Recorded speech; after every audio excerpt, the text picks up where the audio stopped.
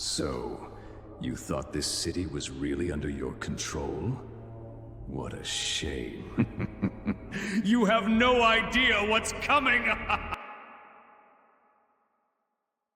Every Saturday, a local newspaper tries to summarize the essence of Gotham in 3 words, and Bruce feels this darkness firsthand. Cornered in an isolated riot at Arkham, he faces the city's scum. To him, this scenario of pure despair is just his own backyard. As he throws punches to stay alive in the riot, he reflects. The rogues gallery he faces daily serves as a direct and grim reflection of Gotham's corrupted society. But it is at the peak of tension that the most unpredictable factor decides to show its face. The Joker appears, treating the situation like a reunion of old friends. To the clown, seeing his greatest rival about to be slaughtered is a personal insult. A completely absurd alliance is born in the heat of the brawl. They start fighting like a synchronized team, covering blind spots and taking down any inmate trying to use the numbers to their advantage. Cut to reality. Far from the prison, the mood among the police is one of sheer disbelief. Commissioner Gordon tries to process how a security breach of that magnitude could happen. That is when Bruce exposes the harsh truth. There was no riot, it was a trap. A veteran trusted guard was bought off. But the real test comes now. Gordon reveals that the cameras caught the Bat fighting alongside Gotham's biggest psychopath and demands an explanation. Without hesitation, Bruce feeds his friend exactly the lie he needs to hear. Away from the prying eyes of the police, Bruce returns to his true domain, the Batcave. The dust from the attack has settled, but the work of unraveling the entire conspiracy is just beginning. The environment holds all of his colossal technological infrastructure. With ease, Bruce operates the machinery, dispelling any doubts about how he processes the clues he gathers on the streets. His great cybernetic trump card is revealed. The rapid flow of information comes from a direct link between a smart contact lens in his eye and the cave's servers, allowing real-time data analysis during combat. With security established, the moment that shifts the meaning of that entire night takes place. Relief sets in as the charade is dropped, and the mysterious ally finally deactivates his holographic disguise. The one holding the front line disguised as the Joker was none other than Dick Grayson. Nightwing immediately realizes that Bruce used the ocular tech to cross-reference the prison's database while he served as undercover bait. When they emerge back into the upper corridors of Wayne Manor, the rest of the family is already impatient. Bruce's delay is affecting his public schedule, and they have crucial commitments with the city's elite. Embracing their roles as eccentric billionaires, they head off to the gala event. Bruce remains immersed in his ocular interface. While his protégés joke about how the world's greatest detective has become dependent on a computer just to recognize his own family, Bruce Wayne opens the event with a speech to Gotham's elite. For a guy who spends his nights bleeding across the city, trying to define a purpose for this place is a ghost that haunts him constantly. The big turning point of the speech is shifting the focus away from the doom and gloom, putting the weight of the Wayne Empire on the table. He announces a massive capital injection to modernize the city's infrastructure almost overnight. But Batman is never off the clock. Even while mingling at the party, he cross-references guest data through a hidden interface, staying in direct contact with Alfred to maintain a tactical advantage during the event. Commissioner Gordon's tense posture in the ballroom triggers the Bat's paranoia. With absolute composure, Bruce intercepts the conversation from afar and discovers that a bloody nightmare has just unfolded in the city. The party ends right there. The tuxedo gives way to the cape and cowl, and he heads straight into Gotham's underworld, making it his priority to investigate what kind of bizarre crime could shake the commissioner so deeply. Arriving at the crime scene, he finds Detective Harvey Bullock. The cop isn't even startled anymore by the vigilante's habit of emerging from the shadows, and simply waves him over to see the nightmare up close. The scene inside is brutal. The victim suffered a slow death, with the killer meticulously calculating every strike to inflict maximum pain for days before the guy finally succumbed. Searching for concrete answers to this level of cruelty, the Dark Knight confiscates one of the weapons. A detail engraved in the metal completely changes the course of the investigation. The mark points straight to an old urban legend of Gotham. Bullock dismisses it as a fairy tale, but for Batman, things get tense as he recognizes the threat of a nursery rhyme myth actively operating in the city. Setting legends aside, he focuses on forensics. Noticing that the victim put up a fight before the end, Batman collects a microscopic trace to hunt for a solid genetic clue leading to the killer. Analyzing the environment, the Bat shares his deduction that the chemistry of the room was deliberately altered. Someone meticulously prepared the scene, leaving a secret waiting to be triggered. To uncover what the killer wanted to hide or show to whoever found the body, the vigilante decides to force the reaction using the only heat source available in the room. The reaction exposes a chilling truth on the wall. The real target of all that madness wasn't the dead guy, but rather a direct threat against Bruce Wayne himself, putting an expiration date on his life. Bullock tries to downplay it, assuming the threat has already expired given the state of the body. However, the Bat realizes the sick precision behind the crime. The killer calculated the exact day for the message to be read today. Suddenly, the real bombshell drops over his earpiece. The forensic analysis of the genetic material found on the victim has just been completed, providing the lab's irrefutable proof of the killer's identity. The shock is devastating. The genetic material is an exact match for the first boy he ever took in and trained. The death threat against Bruce Wayne came from the heart of his own family. Bruce bears the weight of his legacy, reflecting on his great-grandfather Alan Wayne's intentions when he erected Gotham's central landmark in hopes of establishing a promise of safety. But the city's reality loves destroying legends. The illusion of architectural invulnerability is brutally shattered by someone who studied every weakness of the Wayne Empire to corner him. Disoriented and without his safety gear, the tactician's mind collapses. His body no longer responds, and gravity takes the reins of a defeated Batman in Freefall.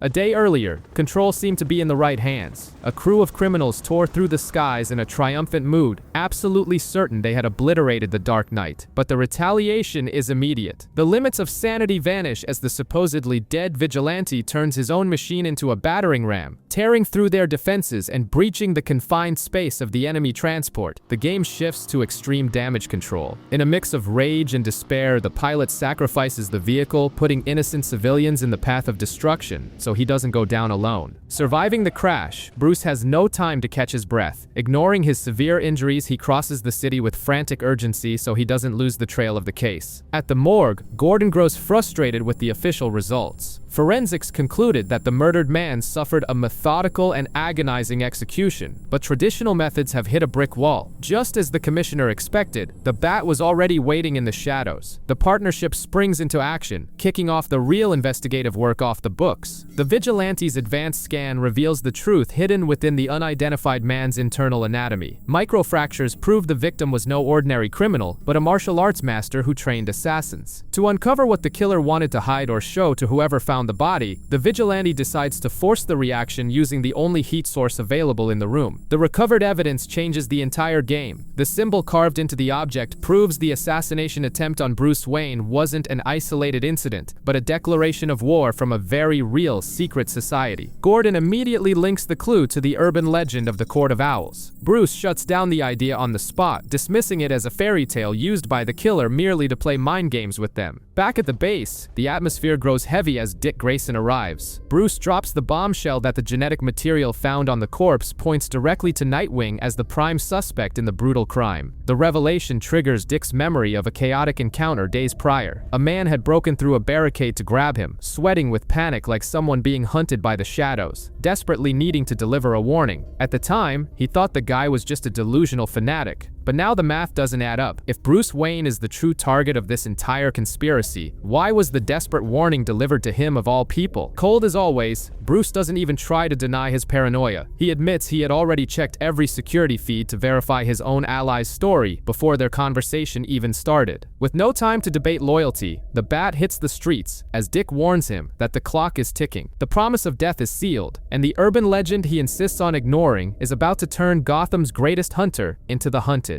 Bruce Wayne needs to keep up appearances in Gotham. His current engagement is at the family's old tower, where he welcomes Lincoln March, a mayoral candidate who has been gaining a lot of traction in the city. Unlike other politicians, Lincoln turns down the billionaire's money. What he truly wants is for Bruce, as Gotham's greatest symbol of hope, to believe in him and give his moral support for the election. To build a genuine connection, March reveals that he was also orphaned as a child and saved by the city system. He looks at Bruce with the certainty that they both share the same pain and the same purpose of fixing Gotham. The conversation shifts tone drastically. Lincoln warns Bruce that he has uncovered information about a malicious force, extremely ancient and dangerous, that is once again operating in the shadows of the city. But the warning is violently interrupted. In a split second, an intruder shatters the security barrier and crashes through the glass, ending any chance of a preemptive defense. With the candidate injured, Bruce's combat instincts scream, but he runs into his biggest problem. He is without the cowl. He is forced to fight clumsily to hide his true true skills and pretend to be just a panicked civilian. The intruder displays superhuman endurance and reveals his true purpose. He delivers a verdict straight from the legendary Court of Owls, proving that the old nursery rhyme is real and that the end of the Wayne family has been decreed. Limited by his social disguise, Bruce loses control of the fight and is pushed into the worst possible scenario. The hand-to-hand combat turns into an inevitable freefall out of the tower. Physics dictate that death on the asphalt is certain, but the executioner is driven by the cult's fanaticism. He dives into the air right after Bruce, wanting to ensure with his own hands that the target is eliminated. The assassin's arrogance becomes Bruce's only lifeline. In a split second, he makes a risky move and grabs the enemy in mid-air to regain control of the descent. Manipulating the villain's body weight, Bruce steers the fall toward an old secret gargoyle structure within the tower's architecture. The paranoid construction of his ancestors absorbs the impact and saves his life. With the police taking over the scene, Bruce maintains the absolute conviction that the threat has been neutralized. He blindly trusts that he knows all of Gotham's secrets and that no ancient organization could operate without his knowledge. However, the illusion of safety quickly crumbles in the streets below. The assassin who fell from the tower awakens, ruthlessly executes the paramedics, and takes control of the ambulance, acting with total impunity. The turf war has just begun, and the world's greatest detective's ego has made him underestimate Gotham's most dangerous predator. Decades before Bruce declared war, another Wayne lived through the same nightmare. A time jump reveals that panic had already taken its toll on Gotham in the past. The family's legacy holds very dark secrets. In sheer desperation, he seeks refuge on the streets, fighting for his own survival. Paranoia consumes his mind, along with the absolute certainty that he is being hunted by an unstoppable force. He tries to warn about a conspiracy rooted in Gotham's very architecture. He speaks of hidden organizations and impossible hours, sounding like an absolute delusion to anyone who listens. In the blink of an eye, the family patriarch is swallowed by the underworld. What would later be called a tragic accident perfectly masked a cold and calculated execution. Deep down, the true face of the city's masters reveals itself. A silent enforcer imposes the will of a hidden elite, confirming that the billionaire's delusion was completely real. Cut to the present, where the Bat adopts a relentless stance on the streets after nearly being assassinated. He no longer underestimates the scale of the problem, and his patience has run out. Knowing that the invisible assassin used Gotham's hidden veins, the hero focuses on those who collect the toll for these arteries. The local mob is the guardian of the underground. To deal with the dangerous faction controlling the tracks, Bruce's invasion is surgical. Chaos erupts in enemy territory as he neutralizes the group's communication infrastructure. Exploiting a flaw in the gear the thugs are wearing, he paralyzes the threat. The plan works flawlessly, taking down the guards and isolating the primary target. With the path clear, his attention turns to the operations leader. Bruce demands to know how an assassin managed to infiltrate his corporate territory using the routes that this criminal controls. The mobster despairs, swearing his innocence, and the analysis systems confirm the worst. The man is being honest, and the local mob has no connection whatsoever to the recent attack. Back at the base, the technological sweep fails miserably. The shooter is a ghost with no trace in the system, pushing Bruce's frustration to the brink of obsession. Bruce details the true nature of the attack he suffered. The intruder made a point of claiming a bloodthirsty folklore against the Wayne family, taking on the title of a legendary executioner from the shadows. To unmask the farce, he dives into his own past and focuses on his great-grandfather, Alan Wayne. Bruce begins to notice a frighteningly familiar pattern in his ancestors' mental decline. The victim's trauma served as a warning embedded in the city's very architectural foundation. Alan's paranoia warned that the threat had always been literally hiding within the walls of Gotham. Ignoring his own severe injuries, the obsession for the truth swallows Bruce's survival instinct. The need to investigate this conspiracy speaks louder, overriding any advice for caution. In an ironic twist, the hunt forces the Bat to break his main rule. Bruce decides it's time to act in the light of day. He leaves the Bat persona aside for a moment to directly confront the secrets haunting the city. His destination is a visit to Lincoln March, the recently attacked mayoral candidate. The way they face danger highlights the stark contrast between the posture of a politician and that of a vigilante. The politician's account aligns perfectly with the psychological terror Bruce has been investigating. Tactics involving the invasion of personal spaces and bizarre warnings confirm the worst urban legends. The weight of the legend dominates the conversation. An old nursery rhyme is brought up, not as folklore, but as the harsh reality of a hidden society that that supposedly watches over Gotham. Pride dictates Bruce's reaction. As the world's greatest detective and the city's protector, he aggressively rejects the notion that an invisible empire could operate secretly in his own backyard. But a lethal warning delivered as a metaphor gains traction. It serves as a notice that fighting the visible lunatics on the streets might just be a distraction, blinding its defenders to Gotham's structural rot. The realization hits Bruce like a lightning bolt. The pieces of his investigation regarding the secret architecture of the buildings violently fall into place, prompting him to cut the visit short right then and there. He recalls the superstitions surrounding the original urban planning. This past dictated the creation of structural voids and physical anomalies designed to remain isolated and forgotten within the buildings. Legend and reality collide in this moment. The enemy took advantage of this exact historical design flaw, turning architectural blind spots into safe havens. He dives straight into the bowels of these forgotten structures. It is a complete paradigm shift to discover that the war has been hidden within the very properties bearing his own family's name. Before him, his denial finally crumbles to dust. The irrefutable proof reveals that the invisible empire has always existed comfortably within the domain Bruce believed to be his absolute territory. What seemed to be merely a legend takes on new, grim proportions. Bruce realizes he has breached a lethal industrial machine, uncovering a standardized system of extermination. The financial truth is a punch to the gut when he connects the dots. Cross-referencing the records, he discovers that the enemy used his own great-grandfather's architectural fund to finance this occupation. The mapping of the historical data finishes rendering on his system. Every blind spot and ghost floor hidden across the skyline is now exposed, assigning physical addresses to those who were once untouchable. This deep-rooted betrayal demands extreme measures. Bruce makes the drastic decision to desecrate his great-grandfather's tomb, desperately needing to confirm whether he was a victim of the scheme or one of its architects. The reality of this threat's true identity finally sets in. The court isn't an underworld legend. They are Gotham's very own elite, actively pulling the strings of the city while smiling for the cameras. Any illusion of control is completely shattered. Bruce realizes that his years of patrolling were played out on an already conquered board, and he was nothing more than a tenant in their metropolis. But the court proves exactly why they have survived in the shadows for centuries. Before Bruce can mount an offensive, they seize the initiative and purge their own bases in a brutal act of mass destruction to erase their tracks. The time for hiding in the shadows is over for both sides. The retaliation proves there will be no backing down, and the inevitable clash for the ultimate control of Gotham has just begun. Retaliation begins without mercy.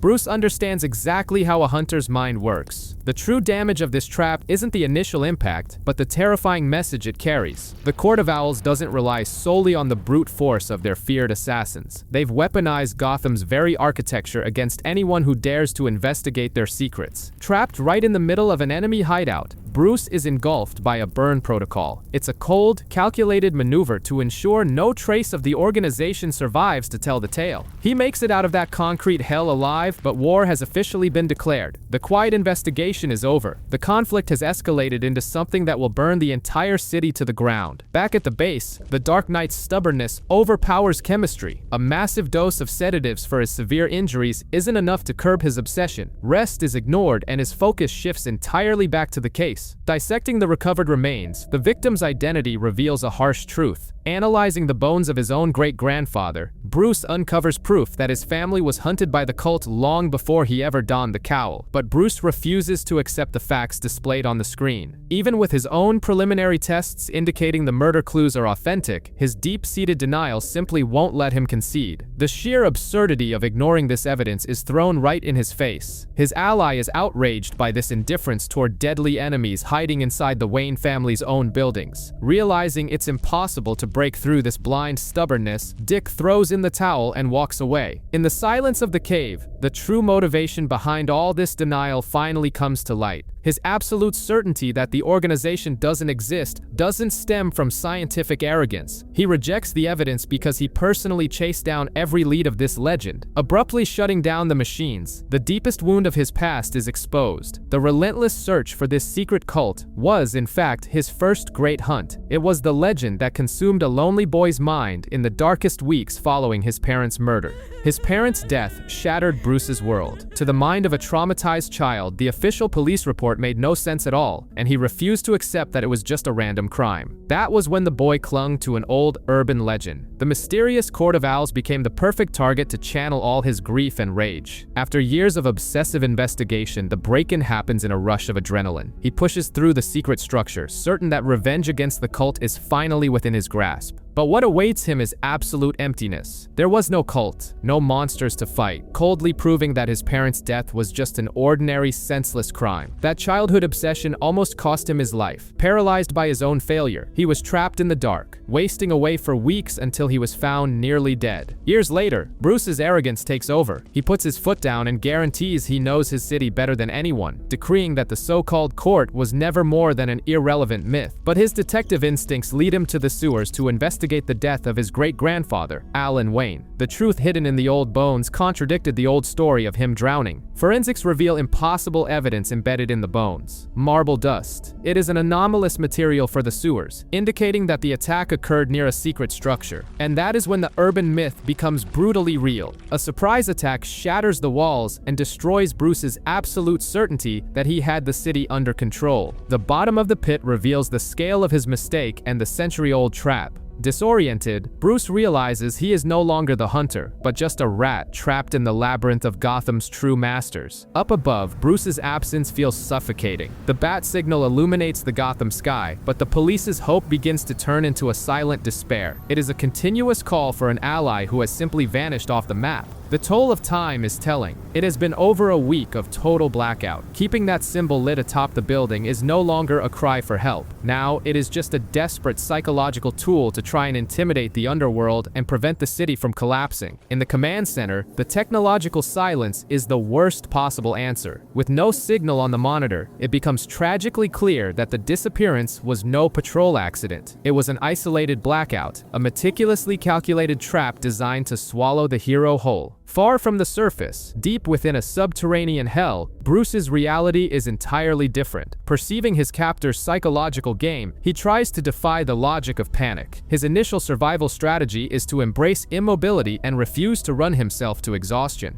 But the architecture of this labyrinth is cruelly designed to destroy sanity. Any tactical advance proves useless when the corridor simply spits him back out at the starting point. There is no place to hide, only the oppressive demonstration of whoever holds absolute power over the place. Eventually, physical surrender is inevitable. His cornered body, exhausted by thirst, sabotages the detective's sharp intellect. He consumes the water offered to him, accepting to poison his own body just to endure a few more minutes of existence. The chemical effect is unforgiving and acts fast. The physical labyrinth now merges with a mental labyrinth, completely distorting the images and reality around him. Bruce's own mind becomes his enemy's primary weapon. Control over his choices slips entirely from his grasp. The hallucinatory path is dictated by the structure of the place itself, forcing him down a predetermined route. He realizes he isn't escaping. He is being herded like cattle to the next sick spectacle. The true scale of the threat finally reveals itself on those walls. He understands that the Court of Owls, the urban legend he always ignored, is real and has been operating there for generations. The brutal history of victims and the lethality of the place crush any sense of superiority. The peak of the substance forces a direct confrontation with his worst fear, the inevitability of mental degradation. The macabre chamber projects the total collapse of his sanity. It is a terrifying glimpse of how he will end up if he simply gives up the fight. But it is exactly in the face of madness that his stubbornness flips the switch. An absolute refusal takes over his being. Bruce violently rejects the victim script they are trying to force on him, deciding to forcefully fight back against his captivity, until the phantom enemy takes real shape right in front of him. The tension shifts instantly with the appearance of the Talon. The terror of isolation is replaced by the weight of facing, hand to hand, the executioner of this methodical hunt. Civility and tactical rigor die right there. The moral code gives way to the pure fury of a cornered animal launching himself into a violent and merciless attack against his tormentor. The labyrinth has stripped away his restraint, leaving only a bloody and desperate brawl. But his animalistic fury proves insufficient against an immortalized warrior. The threat overpowers him relentlessly, reducing all that effort to a painful mistake. The enemy doesn't just want to win the fight, but to severely punish this physical rebellion. The Talon rises in triumph, overflowing with absolute arrogance. To him, the great myth of Gotham's protector is already completely shattered and humiliated on the ground. The villain is certain he has tamed the beast, treating the end of the hunt as a mere formality. However, it is in this abyss of defeat that the Dark Knight's mind pulls itself back together. He rises, offended by the enemy's audacity, and refuses the role of prey. Embracing the darkness of the Labyrinth as his natural habitat, the hunt restarts, but now under Batman's rules. Bruce reaffirms his authority. After all the psychological terror of the Labyrinth, he needs to make it clear to himself who is truly in charge. He understands the true purpose of this place. It is not just to drive him mad or kill him, but to destroy the legacy of his crusade and prove that his existence means nothing. But instead of cowering before this empire of horrors, Bruce makes a crucial decision. He strips away the court's mysticism, seeing them merely as common assassins with delusions of grandeur. The hunt through the Labyrinth leads him to the enemy's terrifying assembly line. He finally begins to connect the dots as to how the court's lethal army is created. The revelation hits him like a gut punch. The legend hides a sickening truth. The court steals the innocents and destroys the futures of children to turn them into soldiers from an early age. The environment-induced paranoia takes violent hold. His mind plants the terrifying fear that the threat is no longer just about him, but about those he left unprotected on the outside. All the accumulated torture explodes into fury. He channels the disorientation into pure brute force, directly attacking his torturer's false sense of invulnerability. But this determination is short-lived. The Labyrinth plays dirty and strips away all sense of direction, forcing Bruce's mind to start from scratch and breaking the momentum of his rebellion. The torture strategy becomes clear. The court wants to rewrite his identity. They try to convince him that he was never the master of his own destiny,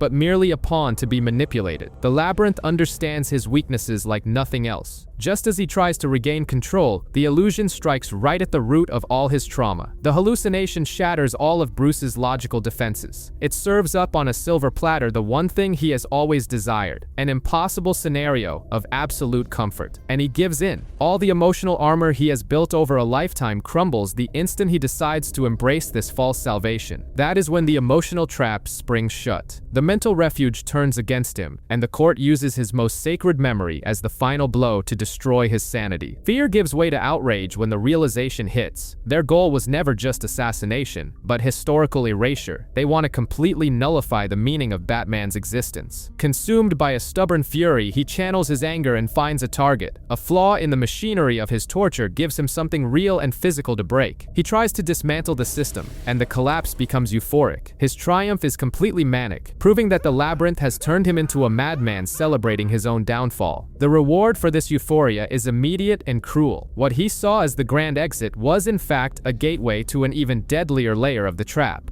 The realization is crushing. All his pride and rebellion slip through his fingers, leaving only the terrifying conclusion that every misstep has led him exactly where the court wanted. The Labyrinth demands his total degradation. The goal is to break his mind for good, forcing Bruce to admit that he has lost his humanity and become exactly the mindless monster they expected. And it is in this moment of total vulnerability that the true danger approaches. With his senses muffled by panic and his guard down, the court's executioner finds the perfect opening. The brutal physical impact shatters any illusion of control. There is no counterattack or escape. This is the raw manifestation that the court has defeated the Bat on every level. On the outside, the consequences of this defeat begin to echo. The ultimate symbol of justice vanishes, and Gotham is officially left in the dark without its great protector. In the face of the legend's disappearance, the police command's response is cold. The pragmatic decision is to write him off. They accept that relying on a nocturnal savior is no longer viable. But for the hero's family, mourning turns into genuine despair. Accustomed to acting independently, they now find themselves begging for help, proving that without its main pillar, Gotham's entire structure has collapsed. The official execution begins. The idea isn't just to eliminate the organization's biggest obstacle, but to absorb the hero's soul into a macabre collection. The planned humiliation goes far beyond the loss of life. They want to turn him into a permanent trophy, a silent warning to anyone who dares to challenge their order. But the detective instinct speaks louder. Even on the verge of systemic collapse, Bruce's mind refuses to shut down and finds a flaw in the enemy's illusion. The executioner steps back and transfers authority in response. What was a cold-blooded murder is about to become a twisted spectacle. The true architects of Gotham's misery finally step out of the shadows. Pride demands they witness the absolute triumph with their own eyes. Hatred overflows irrationally among the members. They clamor for prolonged suffering, wanting to savor every second of the bat's fall. The executioner accepts the mandate with sick pleasure. The brutal deconstruction of the Dark Knight begins right then and there, tearing to pieces any illusion of control. The punishment quickly crosses the barrier of physical pain, entering the territory of pure brutalization. The cult's goal is to grind down the body to shatter their prey's sanity. The continuous impact takes its toll. The trauma accumulates to such an unsustainable level that Bruce's biological system begins to shut down. With the trial concluded comes the disposal. The final punishment becomes a violent banishment to the forgotten depths of the Labyrinth. In the dark, psychological terror takes total control. The nightmare he spent his entire life swearing was just a legend now breathes and mocks him right to his face. The invisible weight of exhaustion crushes his last barrier of defense. The hero abandons the crusade, allowing himself to be entirely swallowed by the insanity of that place. At rock bottom, Bruce's mind seeks out the worst possible memory, his great-grandfather Alan Wayne, the man who helped build Gotham, but ended up hunted and completely broken by the shadows. This is exactly the pathetic end the cult has planned for him today. They want the city's protector to beg and give in, becoming just another macabre trophy in their history. But instead of giving in, the despair simply evaporates. The hole in his soul is instantly filled by an animalistic refusal, completely rejecting the role of victim. What emerges from the ashes of this torture is no longer an ordinary human, it's an uncontrollable force. The court made the lethal mistake of waking an even worse monster. Except the lead executioner doesn't back down an inch. Like a living weapon, he advances completely focused on restoring order in his territory. But the pain and intimidation are channeled into a single decision. The response comes as an explosion of concentrated fury, focused solely on annihilating the threat. The court's executioner tries to forcefully regain control of the execution. Underestimating the fury he just awakened, he still sees Bruce merely as wounded prey. Proving why he is the organization's elite, the assassin manages to land a deep strike. Its critical damage meant to shut down his vital signs on the spot. But the pain no longer breaks Bruce. Now it serves as fuel. He abandons any remnant of civilized sanity and embraces pure, raw survival instinct. Now Batman is the one dictating the rules. Abandoning his defensive stance, he goes on a relentless offensive where the only goal is to destroy those who tortured him. He seals his response by completely rejecting the secret society's authority. It is the definitive statement that Gotham's protector will not bow down, and fear finally changes sides. Bruce finally understands that the maze and the hallucinations were nothing more than a staged game. The court wanted to flex its power, but now the hero decides to stop playing the victim and takes control of the situation. To prove his point, he shatters the illusion in the worst possible way. Bruce tears up the court's script, forcing the assassin out of his comfort zone and dragging the fight into an unplanned scenario. He reduces the secret society's centuries of legends to a joke. The symbol of this supposedly invincible empire physically crumbles under the weight of the fight. But exhaustion takes its toll. The extreme damage accumulated during days of deprivation and madness catches up to him, threatening to shut down Bruce's reflexes. The battle loses any trace of ritual and becomes pure survival instinct. What was supposed to be a ceremonial sacrifice turns into a chaotic bloodbath. The deconstruction of the enemy's facade is absolute. The harsh truth is thrown in the monster's face. He was never a legend, just a common criminal taking orders. The verdict is sealed, and the assassin's mental conditioning turns to dust. Bruce not only ensures his survival in the fight, but completely obliterates the myth that the court is untouchable. Even on the brink of exhaustion, the mind of the world's greatest detective keeps working. Throughout the torture, Bruce was mapping the terrain and using every sense to decipher his own prison. With an improvised and absurdly risky chemical mixture, he creates the catalyst he needs. It's the desperate gamble of a man who has nothing left to lose. The violent detonation blasts open a physical path. The rich elite's illusion of control turns to dust alongside the rubble of their secret facility. Focusing on the only escape route, he throws himself into it. Bruce leaves behind the purgatory where he was trapped and surrenders to gravity in a blind leap of faith. The crushing thermal shock snaps him back to reality for a second. The hostile temperature is the green light that he has finally crossed the border out of the Owl's domain. But the escape turns into a relentless new trap. With absolutely no energy left to fight the current, his body is completely left to the mercy of chance. Despair reaches its peak when he realizes the route is completely blocked. The colossal struggle to escape the maze seems to have been for nothing. The will to fight finally fades. Exhausted and out of breath, Bruce accepts defeat and lets the water take him, convinced he has lost the war. Meanwhile, at the core of the enemy's power, the organization observes the damage caused. The illusion that they were untouchable has been shattered by Wayne's violent escape.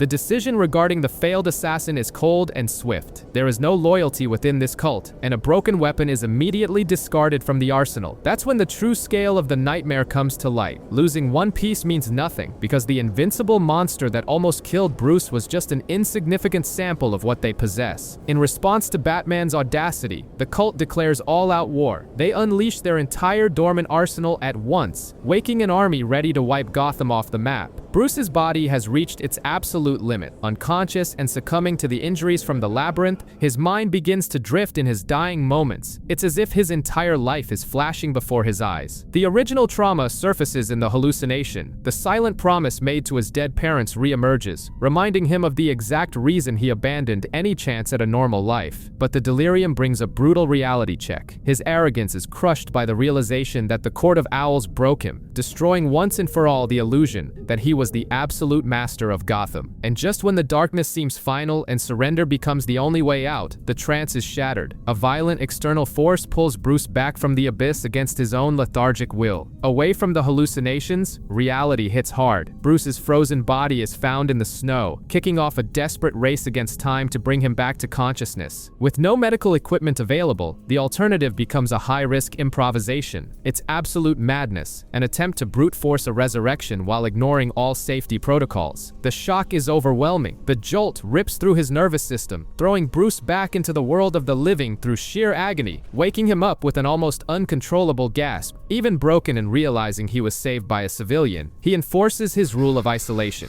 Bruce coldly refuses her help, preferring to brave the cold alone rather than let an innocent get dragged into this war. While Bruce buys time deep beneath the city, the Court of Owls summons back its greatest asset. They pull the mind of their Talon out of the absolute void to retake control. The cult's order is direct, an all-out, merciless offensive. The Talon gets his lethal identity back, embracing his role as the blade that will cut the evil off at the root. Across the city, his life hanging by a thread, Bruce is intercepted and forced to prove his identity at gunpoint. It is an agonizingly vulnerable moment where he is entirely at the mercy of suspicion. The confirmation comes, and the shock is devastating. The loyal ally immediately recognizes the broken shell of the man he helped raise, lowering his guard as he realizes the nightmare Bruce has just endured. Together, they cross the final threshold toward their safe haven. It's the long-awaited return to the Batcave, the only place where Bruce can try to piece his sanity back together. Alfred confirms that he also managed to recover the assassin's remains from the freezing waters. Bruce's body screams for rest, but the Bat's obsession speaks louder than his survival instinct. The hero's demand is immediate. Begin the dissection. Bruce wants to cut the enemy open and extract every answer about the immortality of those creatures, using the investigation as his sole anchor to reality. The cult's High Council, however, decides to escalate the conflict. The psychological games in the Labyrinth are over. They summon a new Talon to carry out the death sentence, launching an irreversible offensive. The sadism of their orders reaches its absolute peak. The court's intention isn't merely to kill, but to consume the myth entirely, ensuring that no trace of Batman will ever exist in Gotham's history again. Dick goes down to the Batcave's medical bay to check on his mentor. He knows Bruce asked for privacy after the hell he went through in the maze, but he needed to see with his own eyes if he was in one piece. Ignoring the sentimentality, Bruce gets straight to the point and presents the specimen on the operating table, the cult's executioner. The most bizarre detail is that biology proves this guy was already dead long before breaking into the base. The Court of Owls is in no rush to create their monsters. They implant a secret metal alloy into the bodies of their assassins, allowing the material to leak into their bloodstream over years of blind loyalty. To shut down the cellular reanimation engine, Bruce had to put the creature into a deep, induced freeze. And it was in the middle of this macabre autopsy that he managed to discover the assassin's true identity. The truth hits Dick like a punch to the gut. That frozen corpse on the table isn't some random mercenary recruited off the streets, but Dick Grayson's biological great-grandfather. Dick's confusion quickly turns into indignation. He instantly realizes how Batman confirmed this relation. Bruce collected his DNA behind his back to cross-reference the data without a single warning. Nightwing is unforgiving and confronts his mentor's toxic habit of keeping the worst secrets to himself. Bruce thinks that hiding things is a shield to protect his family, but it only destroys the trust between them. Seeing that words won't work anymore, Bruce decides to end the lecture in the most brutal way possible. He resorts to cold violence, landing a direct strike on his protege to shut him up and take control. The aggression had a surgical and tactical purpose. With the strike, the bat extracted the physical proof that was hidden within his protege's own body, revealing a mark that connects him directly to the current threat. That's when Bruce drops the real bombshell about young Grayson's destiny. The kinship with the assassin was no coincidence. Dick was genetically and carefully cultivated from the cradle to become one of them. Bruce explains the sick inner workings of this centuries-old plan. The circus, which should have been a refuge of childhood joy, was always a front for the court to train,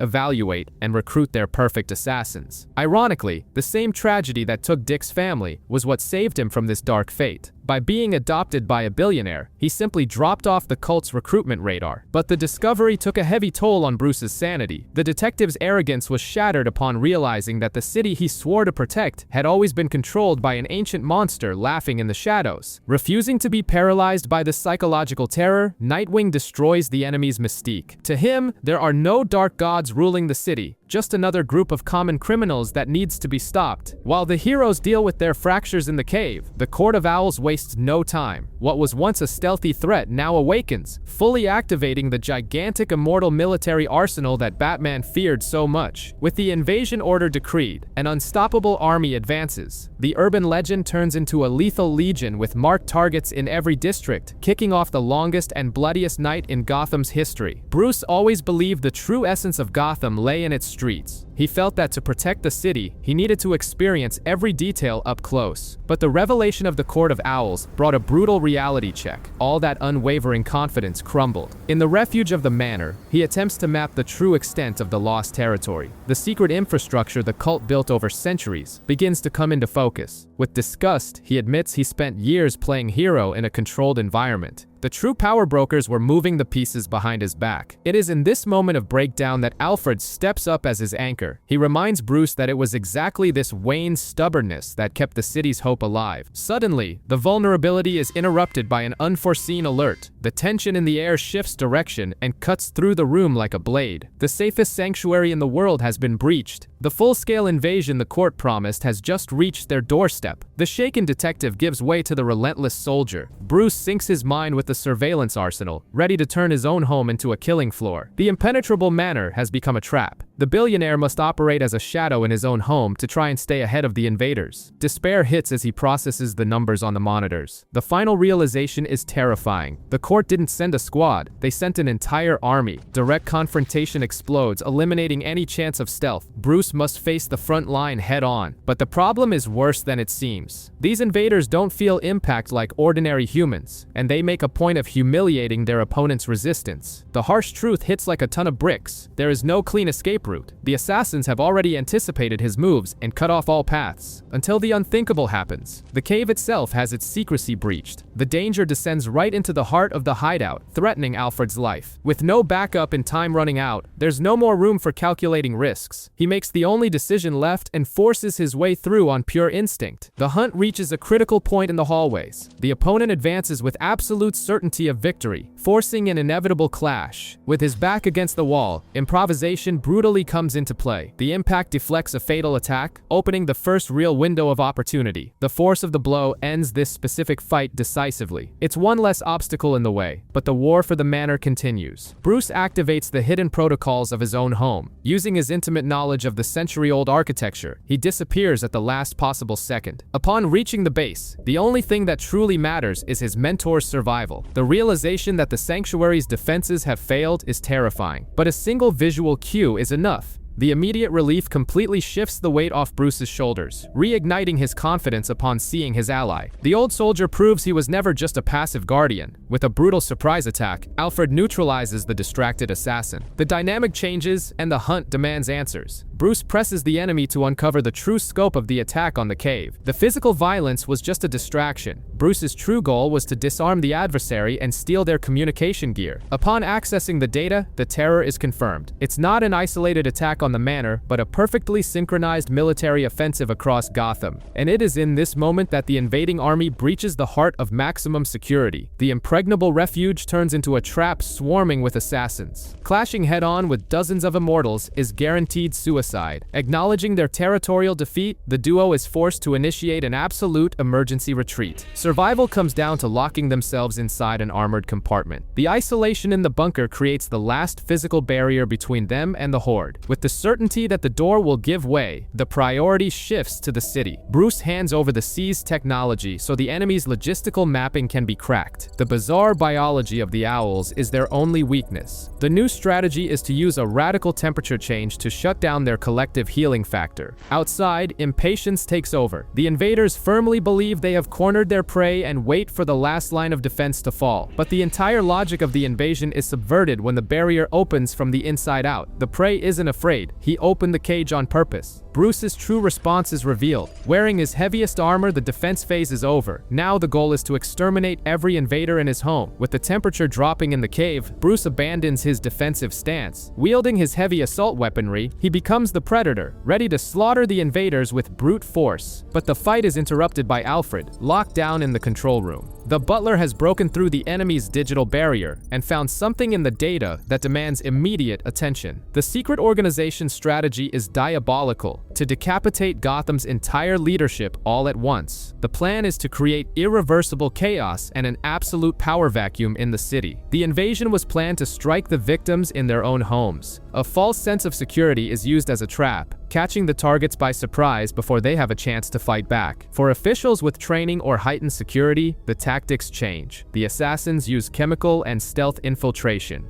bypassing locks and neutralizing any protection. The hunt also extends beyond confined spaces. The organization covers the entire urban area, proving that staying on the move through streets and parks offers no escape. The disposal of the victims is highly sadistic. They turn Gotham's very architecture into a stage, silencing these influential figures in a lethal and irreversible manner. Fighting for his own life, Bruce makes a crucial decision. Knowing it's physically impossible to save the city alone, he swallows his pride and calls upon all his allies. The highest priority signal is triggered. The call to action breaks the radio silence, sparking an unprecedented mobilization across every corner of Gotham. The strategy now is to divide and conquer to save as many people as possible. A desperate race across the rooftops begins, intercepting the threats before it's too late. But the instructions relayed to the heroes change the rules of the game. They discover that the enemies don't die, demanding a drastic shift in how they handle the confrontations. Maintaining this active coordination comes at a price. At the command post, the coordinator becomes an easy target, with danger trying to break down the doors of the only safe haven. To protect the network, Bruce draws the full fury of the court upon himself.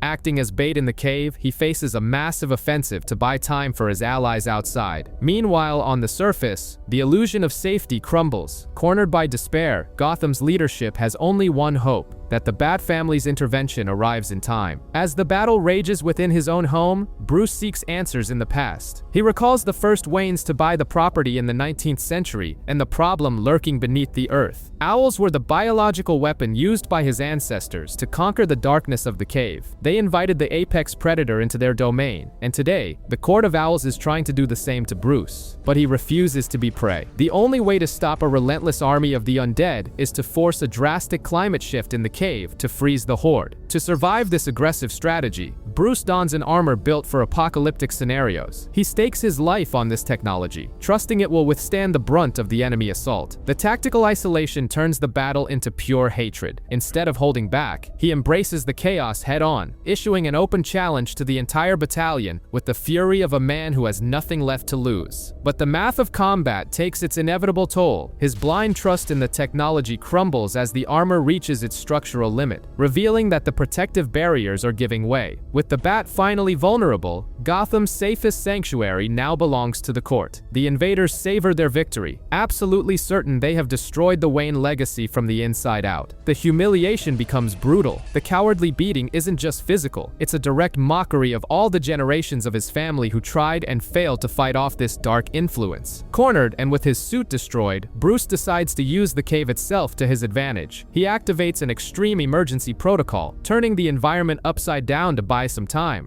However, a colossal distraction isn't enough against a squad of ruthless assassins. They quickly recover from the impact and turn all their lethal focus back to their primary target. Bruce's body gives in to the continuous trauma, and blacking out is imminent. The executioner takes his position for the coup de grace, ready to seal the hero's ultimate death sentence. Desperate, Alfred tries to intervene, but Bruce takes drastic action and blocks the rescue. Even a fraction of a second from death, his instincts kick in to prevent his adoptive father from being slaughtered alongside him. It is exactly on this threshold between life and death that an epiphany strikes Bruce. He understands the true natural order of the ecosystem where he built his empire, and the cave itself answers the call. An immense and uncontrollable force of nature emerges from the shadows, tipping the scales of power and proving to the court who is truly in charge. The truth is, the owls never exterminated the cave's true master. With the threat crushed by the return of the giant swarm, the relief allows Bruce to discard his shattered suit once and for all. The court made the fatal mistake of invading the dark, thinking they were the apex predators. Bruce knows the tables have turned for good, and the payback for this invasion will be relentless. The danger inside the base is far from over. With the system hacked, one of the remaining assassins attempts a desperate escape. Letting him get away with the cave's tactical secrets would be a fatal mistake. To prevent this, the counterattack begins. The temperature in the cave plummets drastically, weaponizing the freezing environment itself as a relentless countermeasure against the invaders' biology. The trap works, and the chase ends in violence. The final line of defense crushes the threat on the spot, stopping the assassin from crossing the property's outer limits. With the sanctuary secured, the scale of the war shifts. A grim discovery reveals that the enemy has seized control of all of Gotham simultaneously. The priority changes from survival to a desperate rescue mission. Desperation sets the pace on the streets. Defying physics and conventional routes, the extreme urgency demands the use of absurd and lethal paths to reach the victims in time, until the final barrier to their destination is reached. Behind this door lies the answer, whether the entire night was a failure or if there is still an ally left to save. Batman finally breaks in, but the tension is absolute. Lincoln March is running on pure adrenaline, gun drawn and ready to shoot whoever walked through that door. But there is a twist. Lincoln wasn't just a passive victim waiting to be executed. Against all odds, he fought back against the cult and managed to take down one of the invading assassins amidst the chaos. Unfortunately, reality sets in and the damage proves irreversible. The Court of Owls rarely fails completely. Lincoln's body yields to a fatal wound, and his time is rapidly slipping away. Refusing medical help, he hands over the result of his sacrifice, a money trail. This clue aims to map out who is funding the enemy, potentially serving as the ultimate checkmate of the night, or just another dead end. He makes one final impassioned plea not to abandon Gotham. His last words echo a dream of renewal, and as he passes on this heavy burden, he finally succumbs to the darkness. Silence takes over the room. For the Bat, all that remains is the crushing weight of failure for not arriving in time, taking the death of this crucial ally entirely upon his conscience. But guilt soon gives way to a different kind of rage. Waiting for the next strike is no longer an option. The roles in the hunt have reversed, and now it is an all-out war to tear the enemy out by the roots. Decades before Bruce took up the mantle, the shadow of the Owls already haunted Wayne Manor. Jarvis Pennyworth, Alfred's father, carries an unbearable weight of secrets. He decides it's time to break the silence about the family he served. He makes the only logical decision in the face of danger: run. Jarvis abandons his post of decades, forsaking the destiny he had planned for his son. His loyalty to the Wayne family has come to an end. In the message he leaves behind, the instruction for Alfred is brutal and direct: stay away. The house that should be a symbol of nobility hides an unbearable truth. The true owners of Gotham were always there, infiltrated into the very structure of the house. They were merely waiting for the moment to eliminate anyone who uncovered the truth. The escape attempt turns into a hunt, and the Talon begins his relentless pursuit. The executioner advances swiftly to ensure the secret is buried along with the Butler. The death sentence is formalized without any room for mercy. His fate has already been sealed by the clandestine court, and the execution becomes merely a macabre formality. In the letter, Jarvis confesses the reason he endured so much in silence. Everything he did and the secrets he kept had a single goal: to ensure a safe future for his son. He genuinely believed his sacrifice would be worth it. But everything fell apart when Bruce's parents started clashing with the reality of the place they lived in. Systemic corruption began to destroy the family's social projects, proving that the system did not want to be fixed. In a moment of blind idealism, the family made the decision that sealed everyone's fate. They expanded their crusade to the heart of the city, completely underestimating who was really pulling the strings. Now, the realization finally hits him, and the Butler takes responsibility. He understands that the family's tragic fate and the lethal persecution he suffers are no accident. All of this is the brutal price exacted for his own actions and omissions. The initial confusion gives way to absolute despair when he sees his escape route sabotaged. Jarvis realizes he fell straight into an elaborate trap that had been shut long before he even tried to act. And then the system's enforcer comes to collect the debt. The urban legend materializes as judge and executioner against the old Butler. It is proven in the worst possible way that trying to defy the true masters of the shadows results in an unavoidable death sentence. The Powers family had always operated in a bubble, believing their immense wealth made them untouchable at the top of Gotham's food chain. But the family's sacred haven is completely breached. It's a clear message that the court's defenses are useless, and their secrets are exposed. The Predator corners its prey. Bruce shatters every layer of that billion-dollar fortress just to assert dominance and look Matriarch Maria in the eye. Leaving no room for denial, he brings the family's darkest secret to light, instantly shattering her high society facade. But the real target was never her. It was her husband. The invasion serves as brutal psychological warfare to extract the whereabouts of the missing patriarch. The entire invasion was meticulously calculated. The terror imposed had a single objective: to force her to make a panicked mistake, allowing him to trace the court's communications. The digital trace reveals that the enemy is manipulating the city's very infrastructure. They create areas of total invisibility, operating like untouchable ghosts. However, the absence of data becomes a massive target. The net finally closes, confirming the location of the isolated hideout where the masters of Gotham have retreated. The irony of the situation weighs heavily. The address is a place he investigated as a child, trying to prove the myth was real, but today, the outcome will be different. He wastes no time on pleasantries. The invasion begins by cutting out any subtlety, making it clear that the time for operating in the shadows is over. But as he enters the main hall ready for a fight, his expectations are subverted. The room is devoid of any resistance, dominated by an unsettling calm. Upon breaking the anonymity of one of the members, the cruel truth is revealed. The elite preferred a swift, silent exit via mass suicide over facing defeat. Frustration consumes him entirely. All the tactical preparation culminated in nothing, and the satisfaction of exposing the secret society was robbed by this pathetic way out. The taste of this supposed victory is bitter. Completely disconnected from his civilian life and business, Bruce becomes obsessed with the details that don't add up. The money trail screams that it's a setup. The drained accounts prove that the demise of the court was nothing but a meticulously orchestrated smokescreen. The hard evidence lies in a tiny metallic detail recovered from the crime scene. It is the exact key needed to dismantle the entire suicide farce. His mind locks onto the culprit as the pieces fall into place. He now knows exactly who had the audacity to sacrifice Gotham's leaders as mere pawns. Abandoning everything, he rushes headlong into a direct confrontation. He leaves behind only the chilling certainty that the war for Gotham's fate is far from over. Alfred tries to understand the logic behind this hunt. He questions who Bruce's true target is, trying to make sense of the obsession that has taken over the situation. Bruce is certain that there is a single piece controlling the entire board. He seeks the true architect of the chaos, the definitive answer to all the Court of Owl's manipulation. The trail left by the enemy is a direct invitation to insanity. The mastermind behind the court lures the hero to descend into the depths of a sick and unpredictable game. The trail points to a single, specific geographical location in the city, an isolated place, but one that carries close ties to the history of Bruce's own family.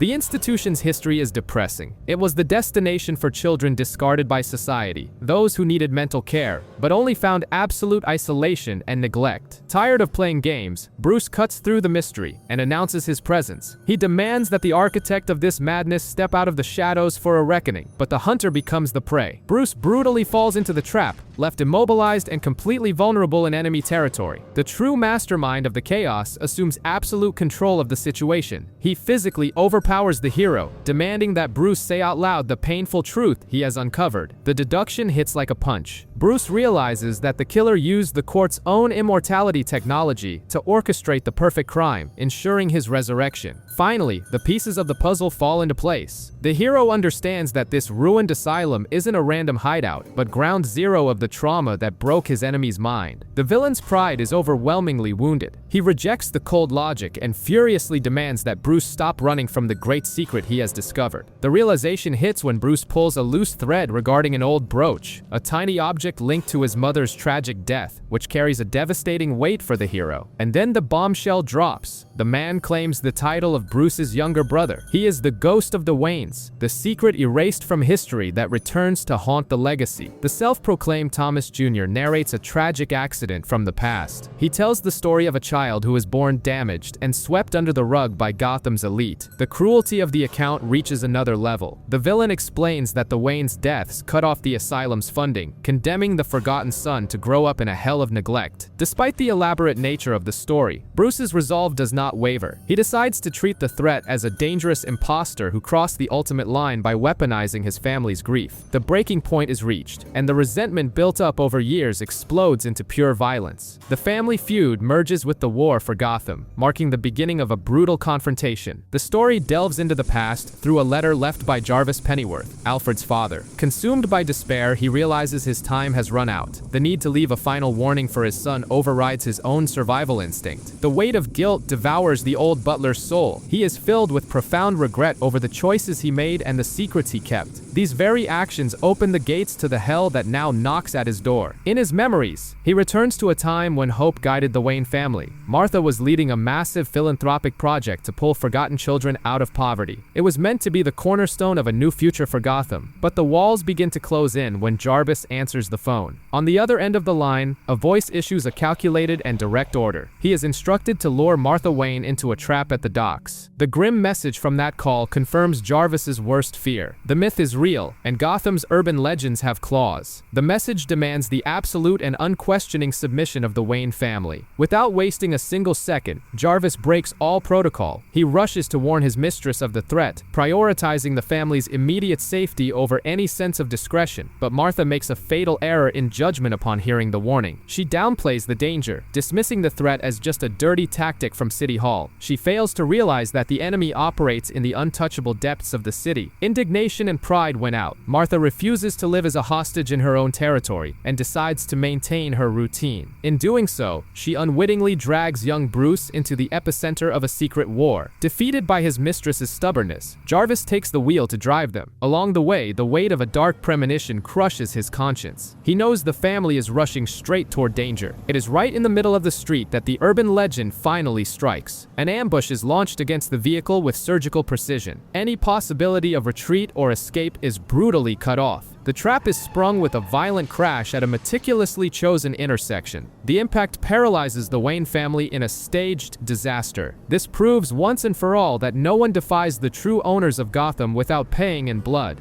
Bruce's supposed brother doesn't just want a physical fight, he wants to psychologically break Batman. His tactic is to provoke him, testing if the weight of this family revelation will make the hero hesitate. But Bruce's patience shatters, and he casts aside any hesitation. His wall of self-control crumbles. He advances relentlessly, focused purely on eliminating this threat before it tears his mind apart. However, this blind fury was exactly what his enemy was counting on. He seizes control of the fight and begins to distort the reality around them. In his mind, the two of them aren't just rivals, but figures from a tragic legend. Repressed hatred surfaces, revealing a deep wound of abandonment. The villain blames Batman for being cast into oblivion, rotting in the dark while his brother lived in the light of privilege. Attempting to turn the tables, Bruce binds their fates together, but the plan backfires. His opponent uses this connection to his advantage, twisting what was meant to be Batman's salvation into a sadistic trap. The hero's mental shield is shattered. Bruce is forced to cross the threshold of his own sanity, dragged directly into the nightmare and madness his supposed brother has lived in his entire life. In this newly imposed reality, the pain takes on a cruel shape. Bruce feels the same agony of a mind isolated in the asylum, where Martha Wayne's lonely visits became a suffocating memory of an unreachable love.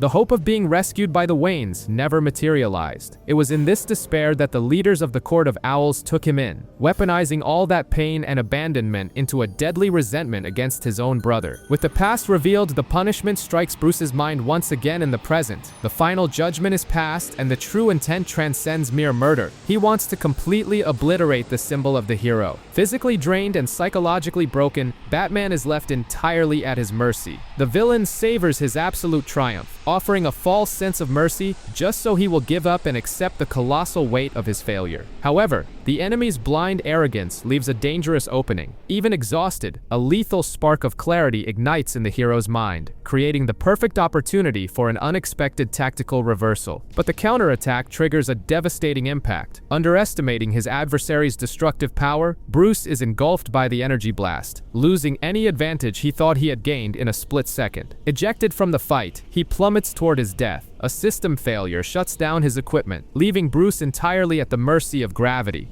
with no glider and no power to save his own skin. In the final moments of this free fall, an irrational sense of peace takes over. He contemplates the inevitable, almost feeling a parting embrace from the streets of the city he swore to protect for so many years. But his survival instinct screams louder than death. Pushing his technology way beyond any safe limits, he fires his emergency grapple, knowing the maneuver might shatter the bones in his arm. The toll of stopping the fall is exacted all at once. The violent impact of his body against the building structure overwhelms his senses and instantly nullifies any chance of a controlled landing. The pursuit is relentless, and the enemy catches up to him before he can recover. With nowhere to hide, his muscles drained, and barely able to breathe, Batman's vulnerability reaches its critical point, lifting Bruce like a broken trophy that Talon declares playtime is over. With no room left for games, he takes on the stance of an executioner, ready to carry out the kill and erase the Wayne name from history. Lincoln decides to use Bruce's revitalization project as the perfect tomb for him. It's a cruel irony, turning the very building meant to be Gotham's hope into Batman's grave. The Talon ensures he'll survive being buried alive thanks to the court's healing factor. His cruel plan is to leave the man he claims to be his brother to rot alone beneath the rubble. Driven by his bruised ego, the villain finally triggers the detonation. The base of the tower gives way instantly, triggering a catastrophic collapse right on top of them both. Taking advantage of the close quarters, Bruce brutally strikes the only vulnerable spot left on the enemy's armor. The blow isn't meant to win the fight, but rather a desperate measure to stun him and break free. His best chance of survival is to bet everything on gravity. He takes the most direct path to the bottom, choosing a deadly free fall over being crushed by the collapsing floors. Breaking free from the confinement, Bruce hits the underground alive. His body endured the impossible fall, but the mental toll regarding the revelation of that twisted lineage has left a deep wound in the hero's soul. When the dust finally settles from the suicide attack, the aftermath is revealed. The devastation caused by the explosion is absolute, leaving not a single stone of the old structure standing. During the search through the rubble, the absence of a specific body raises a massive red flag. That bastard Lincoln survived the impossible fall and vanished without a trace. Back at the base, Bruce's self-imposed isolation is finally broken. Dick Grayson barges in, ignoring all protocols, fully aware of his mentor's tendency to push everyone away right when he's at his most vulnerable. That is when Bruce drops a heavy revelation. He confirms to his partner that the myth of the only child was always a lie, harboring a dark secret hidden in his parents' past. He unearths a tragedy that took place years before the fateful mugging in the alley. A devastating car crash caused severe trauma to his mother's pregnancy, dooming the child before he was even born. Cross-referencing the data, Bruce confirms the medical records prove Lincoln is a fraud who stole a dead baby's identity. Ironically though, by tearing down this lie, Batman is forced to face true grief for the brother he never had the chance to know. However, the detective's mind admits there are still loose ends and coincidences in the story the court used to break him. Without a definitive blood test, the absolute truth will remain a ghost. Putting the uncertainties aside, the tone of the conversation shifts to an incredibly rare confession. The billionaire shatters the illusion that he was the savior in their relationship. It was the circus boy's light that kept the mentor from drowning in his own darkness years ago. Reflecting on his mission, Bruce offers a harsh self-critique. He admits his plan to restructure the city was merely a tactical advantage for his crusade, and by treating the map like his personal chessboard, he finally sees his own arrogance. The brutal ordeal he just survived shattered an illusion he held for years. Gotham doesn't belong to anyone. It doesn't belong to an elite group of white masks hiding in the shadows, and it definitely doesn't belong to a lone vigilante. The game of cat and mouse has flipped. If he was once the oblivious target being watched from the shadows, that's a mistake he will never make again. His watch becomes absolute, and anyone attempting to seize control will run into someone who sees their every move. Bruce's investigation into his past reopens an old wound. A letter left by Jarvis, Alfred's father, reveals the hidden truth behind a tragic night. The car accident that changed the Waynes' history was never just a mere tragedy. The aftermath of that day carried a devastating weight. Martha managed to protect young Bruce, but the baby she was expecting didn't survive. Grief swallowed the entire family, casting a permanent shadow over Wayne Manor. The confirmation of what truly happened arrives in a cold and cruel manner. The crash was a punishment orchestrated by the Court of Owls. Having delivered their warning to the family, Gotham's owners set their sights on the Butler himself. The court knew exactly how to break a man. They didn't just threaten Jarvis's life. To ensure absolute obedience, they struck at his greatest weakness, using his own son Alfred as leverage. The price for knowing too much is finally exacted. The letter Jarvis writes isn't merely an account, but a final farewell. He understands his time has come to an end, and there is no escape. His dying wish is a legacy of survival for his son. Jarvis begs Alfred to flee the city and never cross paths with the Waynes. That family's orbit destroys everyone who gets too close. But fate has a cruel sense of irony. The warning that could have kept Alfred away from the manor is destroyed before it ever reaches him. The secret dies there, sealing the path that would draw the son into his father's nightmare. Back in the present, the weight of the past still haunts Wayne Manor. Standing before Jarvis's grave, Bruce attempts to offer peace to the former butler's memory. It is a silent apology for the curse that plagues his family. Bruce's suspicions, however, reach a breaking point. He suggests desecrating the grave to investigate whether the court truly murdered Jarvis. Alfred shuts the idea down immediately, drawing an absolute moral line. Overcome by emotional exhaustion, Alfred refuses to dig up the remains, having already spent a lifetime excavating his own mind. To him, the blood Bruce has spilled fighting the court is revenge enough for any crime. Jarvis's secrets remain buried in the earth, just as Alfred wished. Yet, the surveillance over the Waynes never ceases, a silent reminder that Gotham's true masters continue to watch their every move. Far from the conspiracies of the elite,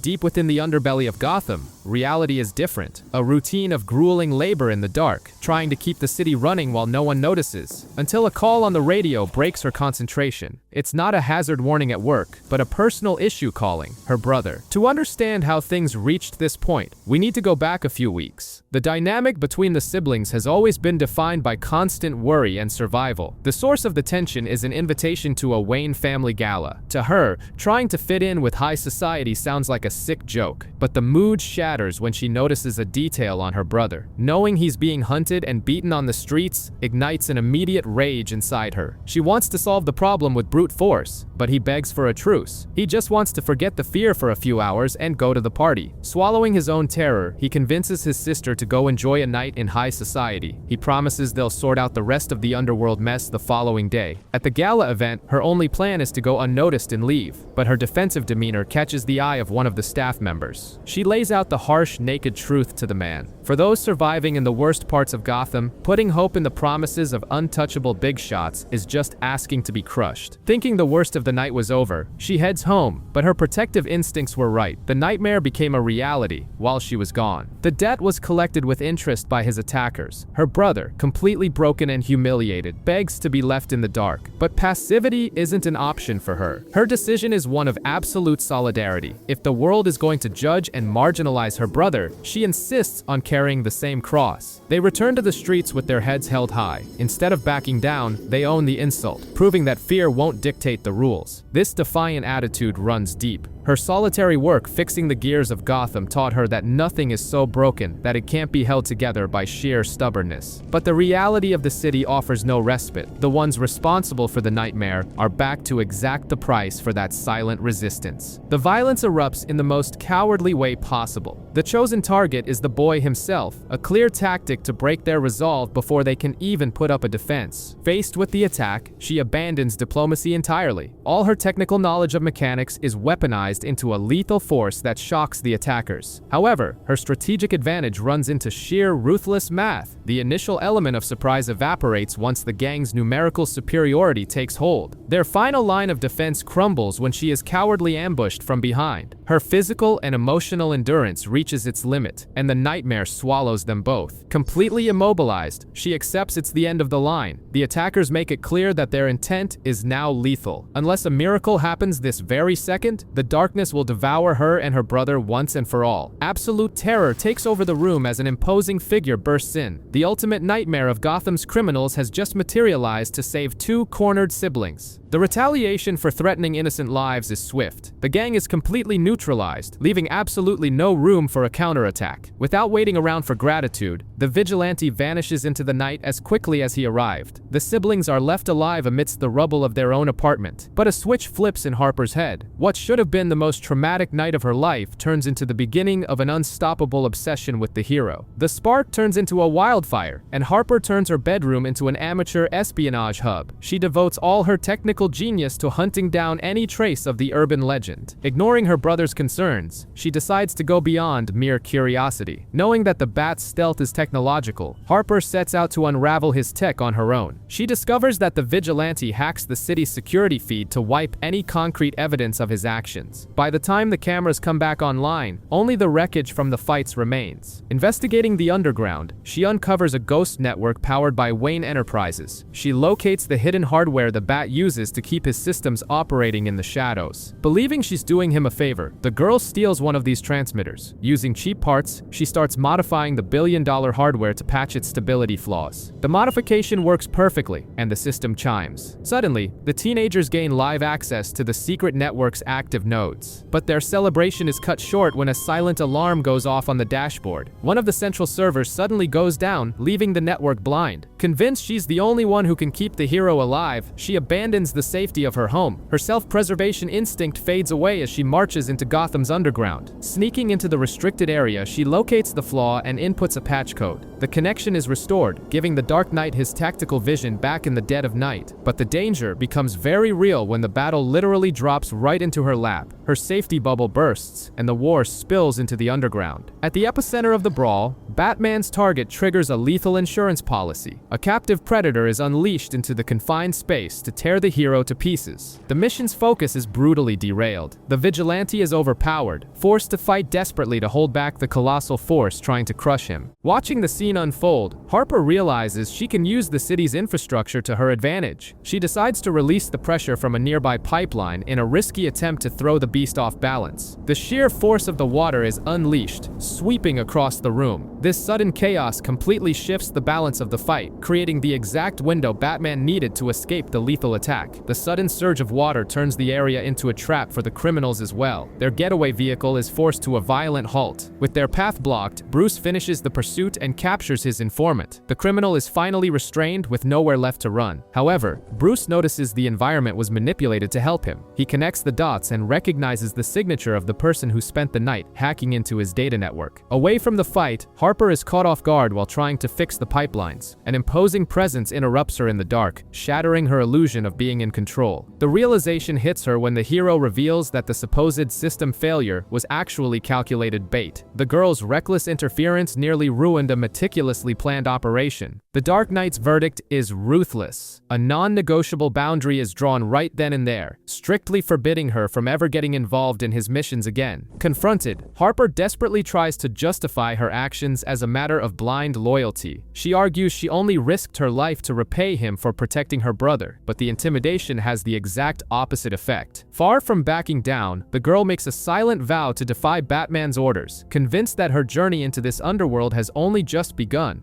Gotham has always had the terrible habit of trying to bury its worst vices under a facade of architectural progress. It's an attempt to ignore the structural scars that never truly healed. But Gotham's past collects with interest. The threat brutally resurfaces to show who dictates the rules in the shadows, proving that organized crime was never obsolete. The response to any insubordination in the room is lethal and immediate. The brutal physical punishment serves as a deterrent to ensure no one else dares to play hero during the invasion. Suddenly, the mood flips with an illogical order. The crosshairs shift from the hostages and focus directly on their own team, revealing that a witch hunt had been unfolding the whole time. A minor behavioral slip spells doom for the infiltrator's cover. The disguise crumbles completely, making a physical confrontation inevitable. The crime boss decides to cut to the chase with a sadistic ultimatum. The intruder must either take his own life right then and there, or be taken into captivity where the suffering will be extreme. That's when the mind game shifts and submission vanishes. The infiltrator decides he is done playing the victim, embracing the lethal risk of open rebellion. The situation escalates rapidly into total chaos. The attempt to operate undercover in the criminal underworld proves to be a deadly trap once firepower enters the equation. Charging blindly outside, the hope of escape slips through his fingers in milliseconds. He realizes he has jumped from captivity straight into a law enforcement kill zone. What started as a siege turns into an open war on the streets. The criminals' aggressive tactics force a desperate defensive retreat from the police. With chaos ensuing, the best escape route lies beneath the city. It's the only way to drop off the radar before they close the net for good.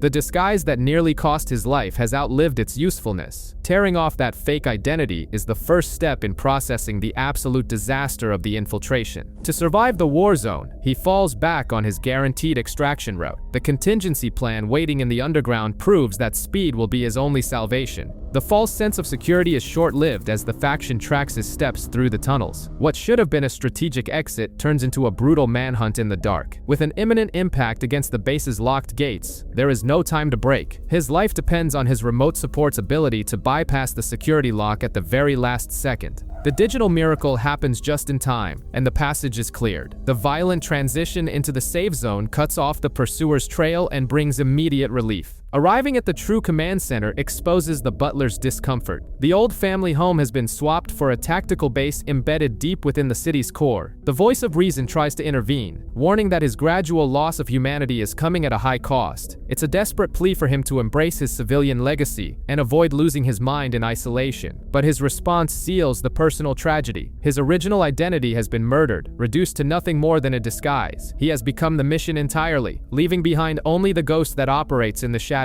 Alfred refuses to accept the idea of abandoning civilian life. He pushes back, warning that acting solely in the shadows without an anchor in the real world is a tactic doomed to fail. But the vigilante's focus is strictly on his arsenal. The new gear has been upgraded with surgical precision for stealth attacks, ensuring absolute anonymity without leaving a trace. Ignoring the risks, the field test begins out in the open. A strict timer is set as a metric of success to evaluate the limits of the new system. Confident after the first round, his perfectionism takes a toll. The immediate decision is to double down, drastically increasing the exposure time to push the gear to its absolute limits. But reality knocks on the door. The presence of law enforcement right there on the rooftop shatters the illusion of the isolated vigilante, forcing Bruce to swallow his annoyance and play the sociable host. However, the real nightmare is running in the background. That second round of the extreme test is still active, and time is running out for the military tech to either detonate or return. The countdown continues relentlessly. The military drone is minutes away from returning, and if the police are still there when it does, his cover as an irresponsible billionaire will be completely blown. The detective ignores Bruce's haste and reveals his real concern. He outlines his suspicions that Wayne Enterprises' current corporate management is bending the rules and getting involved in shady deals. And the investigation goes deeper. What really tipped off the police was the absurd level of technology used by a new masked vigilante on the streets. Multi-million-dollar resources that an ordinary citizen could never afford. The ultimatum is delivered with zero subtlety. The officer makes it clear that this hero's financial backer won't just go to prison. They'll have their entire life publicly destroyed. With time almost running out, Bruce decides to use irony as his ultimate shield. He mockingly embraces the label of an eccentric benefactor, using this layer of superficial arrogance to disarm their suspicions. The tactic works, and the visit finally ends with an escort to the exit. With the threat stepping back into the elevator just in the nick of time, the secret military project survives unscathed. The prototype safely bypasses the defenses and returns to the sanctuary. The gamble of testing the gear in the middle of the city paid off, and Bruce breathes a sigh of relief, thinking he has the situation under control. But while focused on the police, he was blind to his surroundings. In the shadows, a highly organized criminal syndicate has already tracked down the exact location of the estate and awaits their leader's final command. And the decision is brutal. While Bruce celebrates a minor victory inside, he has no idea that the criminal's orders are to unleash total destruction and blow his entire house to pieces. Going back 5 years, Gotham's power structure was on the verge of a seismic shift. Barbara Gordon desperately tries to warn her father that his intended course of action borders on insanity and could shatter what little order remains. But Jim delivers a bitter truth. He confesses that there is no longer a functional system left to protect, as the bureaucracy has rotted away. The only thing worth fighting for now is pure justice, no matter the cost. Gordon knows the city will be swallowed by darkness if the legend of that masked vigilante doesn't become real. It is necessary to make this unlikely alliance official and give the people a tangible symbol. While Gordon tries to pave the way, miles from there, young Tim Drake proves he won't bow down to corrupt authorities. After being threatened by the board, Tim turns the tables and exposes a multi-million-dollar embezzlement scheme. For a mind like his, the director's crime was disappointingly amateurish. The intervention of the authorities seals the corrupt director's fate. Tim secures his victory, proving that despite his youth, his sense of justice already operates on a relentless level. Meanwhile, the brutal reality of the streets shatters the peace of innocent workers.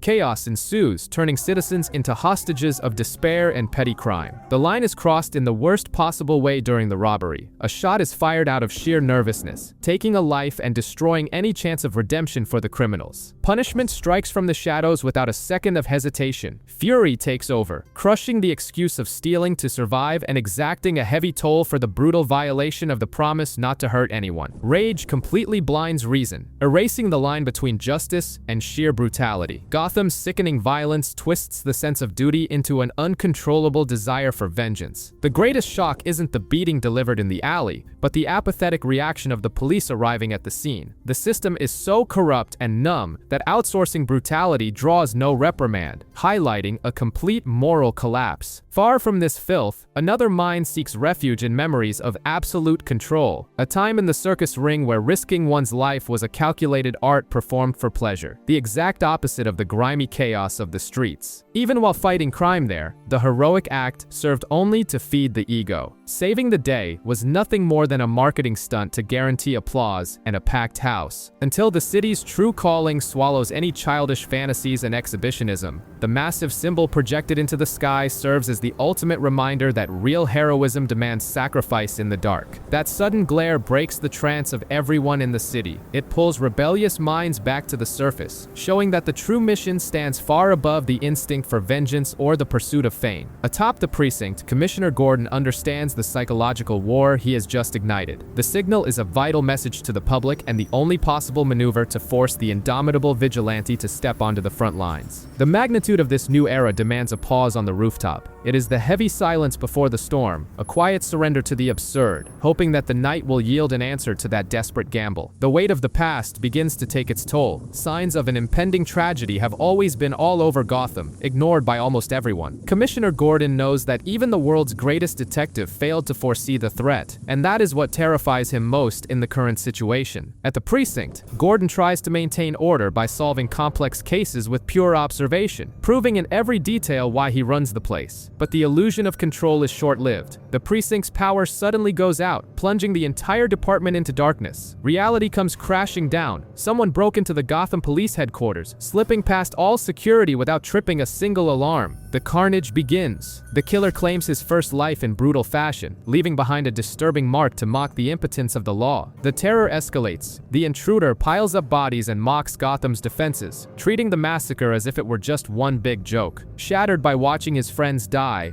Gordon puts his own life on the line. He tries to draw the killer's hatred onto himself, begging him to spare his team. The torture becomes personal. The monster proves he knows the intimate secrets of Gordon's family, accusing the commissioner of living a lie. The sadism and bizarre theatricality cement absolute certainty. The department's greatest nightmare has not only returned, but he wants everyone to know exactly who orchestrated the massacre. But the tactical advantage shifts. Knowing that backup is approaching, the intruder is forced to retreat hastily through the shadows to avoid being cornered. Backup finally arrives. Ignoring the carnage and trauma all around, Bruce's obsession speaks louder, seeking only the confirmation of his greatest fear. The investigation reveals the macabre prize. The bloodbath was just a distraction for the villain to recover a forgotten physical identity, sealing a dark rebirth. Clinging to his obsession, the detective forces an exhaustive hunt for evidence, but the scene proves that the enemy acted like a perfect ghost and made no mistakes. The true meaning of the psychopath's disappearance clicks into place. It wasn't an escape, but a long, scripted preparation to culminate in the mental trigger of this exact night. Paranoia begins to fracture fracture the team from the inside out. Barbara intercepts the communications and demands to know why she was kept in the dark about the attack on her father. Swallowing his pride, the world's greatest detective must confess the worst-case scenario. After a year, they have absolutely no cards up their sleeve, until the musings are brutally interrupted. Alfred detects an anomaly in the servers, completely shifting the focus of the investigation. The hiatus ends publicly. The psychopath hijacks the city's broadcast signal and announces his return on national television, demanding an audience for his war. The figure on the screen almost fools them through the initial shock, but Bruce's cold analysis spots the farce. It is an imposter being used as a puppet. The sick ingenuity becomes clear. The true mastermind is hiding behind the scenes, physically manipulating a hostage like a bizarre ventriloquist. That is when the real threat takes center stage. He displays the consequences of his disappearance as a grotesque trophy of his own madness, running the show. The spectacle achieves its tactical objective with surgical precision. An ultimatum is issued, a high-value political target, and a non-negotiable time limit. Powerlessness hits with full force. All the family's preparation is not enough to stop a live execution, forcing them to swallow the killer's first major psychological victory. The identity of the hostage killed on TV isn't a coincidence. He is the son of the Joker's very first victim in Gotham's history. Bruce, however, cuts off any help from his team right from the start. He insists that everyone must focus on their own missions. Knowing the next step in this macabre script, the police stay one step ahead. Gordon plans to isolate the current target, the mayor, in a virtually impenetrable bunker, but the politician's arrogance speaks louder. Annoyed, the mayor waves off the security rules and demands the cops stay outside his office. Gordon caves, swallowing his frustration. Ignoring the official police blockade, Batman sets up his own surveillance post. He sneaks in to monitor the target straight from the source. To Commissioner Gordon's absolute despair, the world's greatest detective is forced to admit he has no idea what the clown is planning. Suddenly, the pieces fall into place in Bruce's mind. The conclusion is terrifying. They walked right into a trap, and the real victim was never even on their radar. The twist is brutal. The Joker's plan was never to assassinate the city's leader, but to wipe out all the guards acting as human shields. It's a sadistic punishment for anyone trying to intervene. Absolute chaos takes over as the men suffer a devastating chemical reaction. Gordon is paralyzed by shock, witnessing the complete failure of his defensive strategy. Analyzing the toxin, Bruce discovers the answer is a word riddle. The decoded message reveals a formal challenge pointing directly to ground zero of their rivalry. The invitation leads to the origin of Gotham's nightmare. It's the exact stage where an ordinary criminal lost his sanity and the Bat's greatest curse was forged. At the scene, a ghost materializes. The figure brings back the exact criminal identity from before the accident, a detail designed to push Bruce's mental torture to a whole new level. The motive behind his return comes to light through a fanatical speech. The villain believes the family of allies has weakened the hero and wants to force the Bat to revert to a solitary, brutal monster. The charade falls apart, and Bruce's fury explodes. He realizes he was played for a fool by a puppet just to waste time, while the real threat is still operating out there somewhere else. The root of this dark plan is revealed. Bruce's supposed weakness is his support network. In the villain's twisted logic, the only way to bring his old adversary back to his prime is by purging every single one of those emotional bonds. The disguise finally falls away. The identity of the person who served as a distraction all night comes to light, revealing that this trap goes much deeper. During the interrogation, her answer sends chills down Bruce's spine. Her old blind loyalty has been replaced by genuine terror because the architect of chaos has crossed a line so extreme that even his own ally now feels nothing but repulsion. Bruce's calculating detective demeanor completely evaporates. All that's left is the pure desperation of a father who realizes he's walked right into a perfect trap,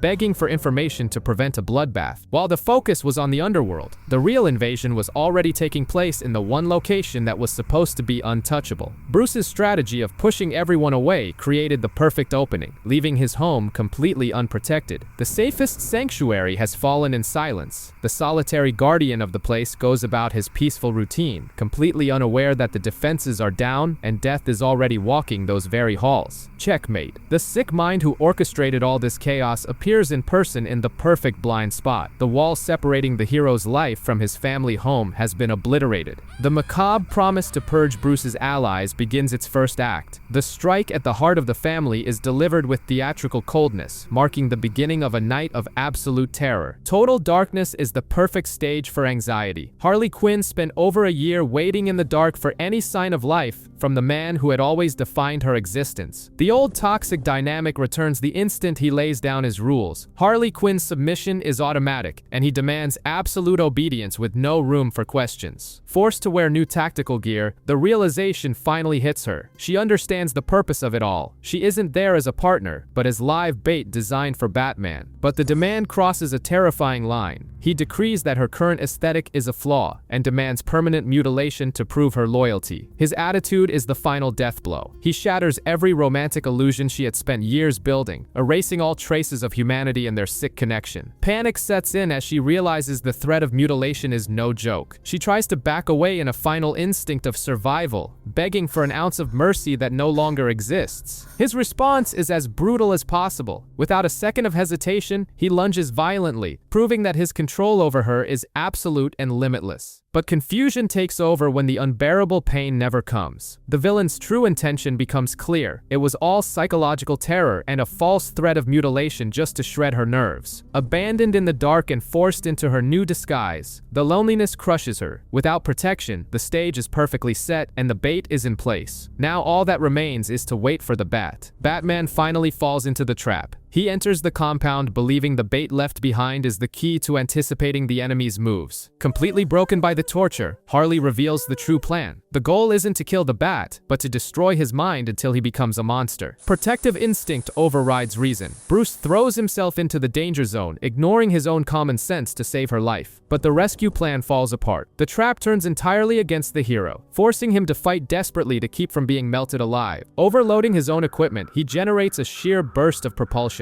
That momentum is his only chance to escape with his internal organs intact. Against all odds, he shatters the tank's containment. The bat escapes a chamber specifically designed to leave no survivors. As he analyzes the scene, the truth hits him hard. The rescue was just a theatrical setup to pin him down, proving the original victim had already escaped and he'd been played for a fool. Panic sets in fast as he connects the dots. He deduces the enemy's true goal is to target his network of allies, painting a massive bullseye on all their backs. Arriving at his base of operations in search of backup, the reality is crushing. The dead silence proves the attack has already come from within his own home. On the hideout's floor, an abandoned object lays bare the intruder's identity. The visual signature turns the threat into a deeply personal and extremely sick provocation. The format chosen for the message highlights the enemy's classic theatricality. He has staged a spectacle where Bruce is forced to be the captive audience. The impact of the recording's revelation is devastating. Hearing the suffering of the person who raised him completely shatters the hero's emotional defenses. Anger turns into pure fuel. He decides to act immediately, smashing through anything in his path to reach the next target before it's too late. Miles away, the burden of protecting the city takes its toll. The dead of night brings a rare vulnerability to the veteran cop, allowing exhaustion to take over. Suddenly, his survival instinct kicks into high gear. Years on the streets have trained his reflexes to react first against an unknown threat in his own bedroom. Confirmation of the break-in feels like a punch to the gut. The hero warns him that their inner circle has been attacked and a bloodbath is being orchestrated. Irrefutable proof comes into play. The mark left by the maniac officially signals the next piece to be knocked off the board, but the allies' pride and sense of duty refuse to accept isolation. The thought of cowering and hiding while his men face the chaos is an intolerable dishonor. Suddenly, an unseen strike lands. What seemed like a safe haven reveals a cruel trap, triggered before any defense could be mounted. The nightmare comes to life in grotesque fashion. The toxin violently assaults his system, stripping away his sanity and twisting a man of honor into a macabre message. Commissioner Gordon manages to survive the lethal chemical trap, but his condition requires heavy medical intervention. With Gordon stabilized, Nightwing raises a crucial point about this new wave of chaos. The villain isn't causing random destruction. He's aiming directly at the people around the bat. That's when Bruce drops the worst possible news. Earlier that day, the enemy managed to break into Wayne Manor and kidnapped none other than Alfred. Bruce confesses that he kept the kidnapping a secret to protect the team's sanity. He knew that their grief would make them act on impulse, falling right into the trap the villain had set. He tries to convince himself that the secret of their dual identities is still safe. Bruce clings to the lie that the Butler was taken solely because Wayne Enterprises funds the vigilantes. To cover more ground, the duo decides to split up. Nightwing is tasked with protecting the city's water infrastructure against an imminent attack. Meanwhile, Bruce follows the chemical trail from the attack on Gordon. The path leads him straight to the exact location of his first major confrontation with the Joker in the past. The reunion finally happens. Just the two of them, sharing the same stage from years ago, as if no time has passed and the cycle of obsession is beginning all over again. Having no patience for the clown's theatrics, Bruce cuts straight to the chase. The only thing that matters right now is finding out Alfred's whereabouts before it's too late. But the Joker feigns disappointment at the hero's rush. He justifies setting up this nostalgic scenario simply to eliminate distractions and ensure some quality time between the two of them. To prove he is in control, the villain reveals that he anticipated Bruce's reinforcements. Nightwing's mission at the water infrastructure has been turned into a fatal trap. Bruce quickly realizes the worst around him. The tragedy there is already complete. The innocent bystanders have already been disposed of, used merely to prove that the hero has lost control of the situation. Before he can react, a sudden attack comes from all sides. Gotham's greatest strategist is caught off guard and brutally subdued. The restraint is absolute. There is no trick in his utility belt or physical strength that can free him now. The Dark Knight's vulnerability is total. With his adversary immobilized, the real torture begins. In the clown's sick mind, inflicting this pain isn't an act of hate, but of care to force the hero to evolve. That is when the devastating blow reaches its peak. The villain drops the bombshell Bruce feared the most, stating that the greatest secret of all has finally been uncovered. The Joker reveals the true root of his hatred. He blames the Bat family for softening the hero, destroying the perfect, solitary predator that Bruce used to be. As proof of his absolute triumph, the psychopath reveals that he has defiled the Bat's sanctuary. Bruce's arrogance and secrets have cost the safety of the Batcave itself. A macabre ultimatum is set. The clown promises a merciless annihilation to eradicate the vigilante's entire legacy, wiping out anyone who fights by his side. And the lethal irony reveals the true sadism of the Knight. The goal isn't just to murder the team, but to break Bruce's soul forever, manipulating him so that he himself becomes the executioner of his family. Far from the eyes of the Bat family, a secret meeting had been set. The isolated location seemed perfect for the crime bosses to conduct their shady business without interruptions. The Penguin arrives at the location, fully believing he has absolute control of the situation. To him, it's just more tedious organized crime red tape that needs to be sorted out quickly. But upon entering, the weight of what happened hits him like a ton of bricks. Every leader of the major crime families has been massacred, and Gotham's entire underworld has just plunged into absolute chaos. Before they can react, the first strike comes loaded with a sick irony. The killer uses the Penguin's very own trademark to execute the bodyguard, sending a clear, mocking message.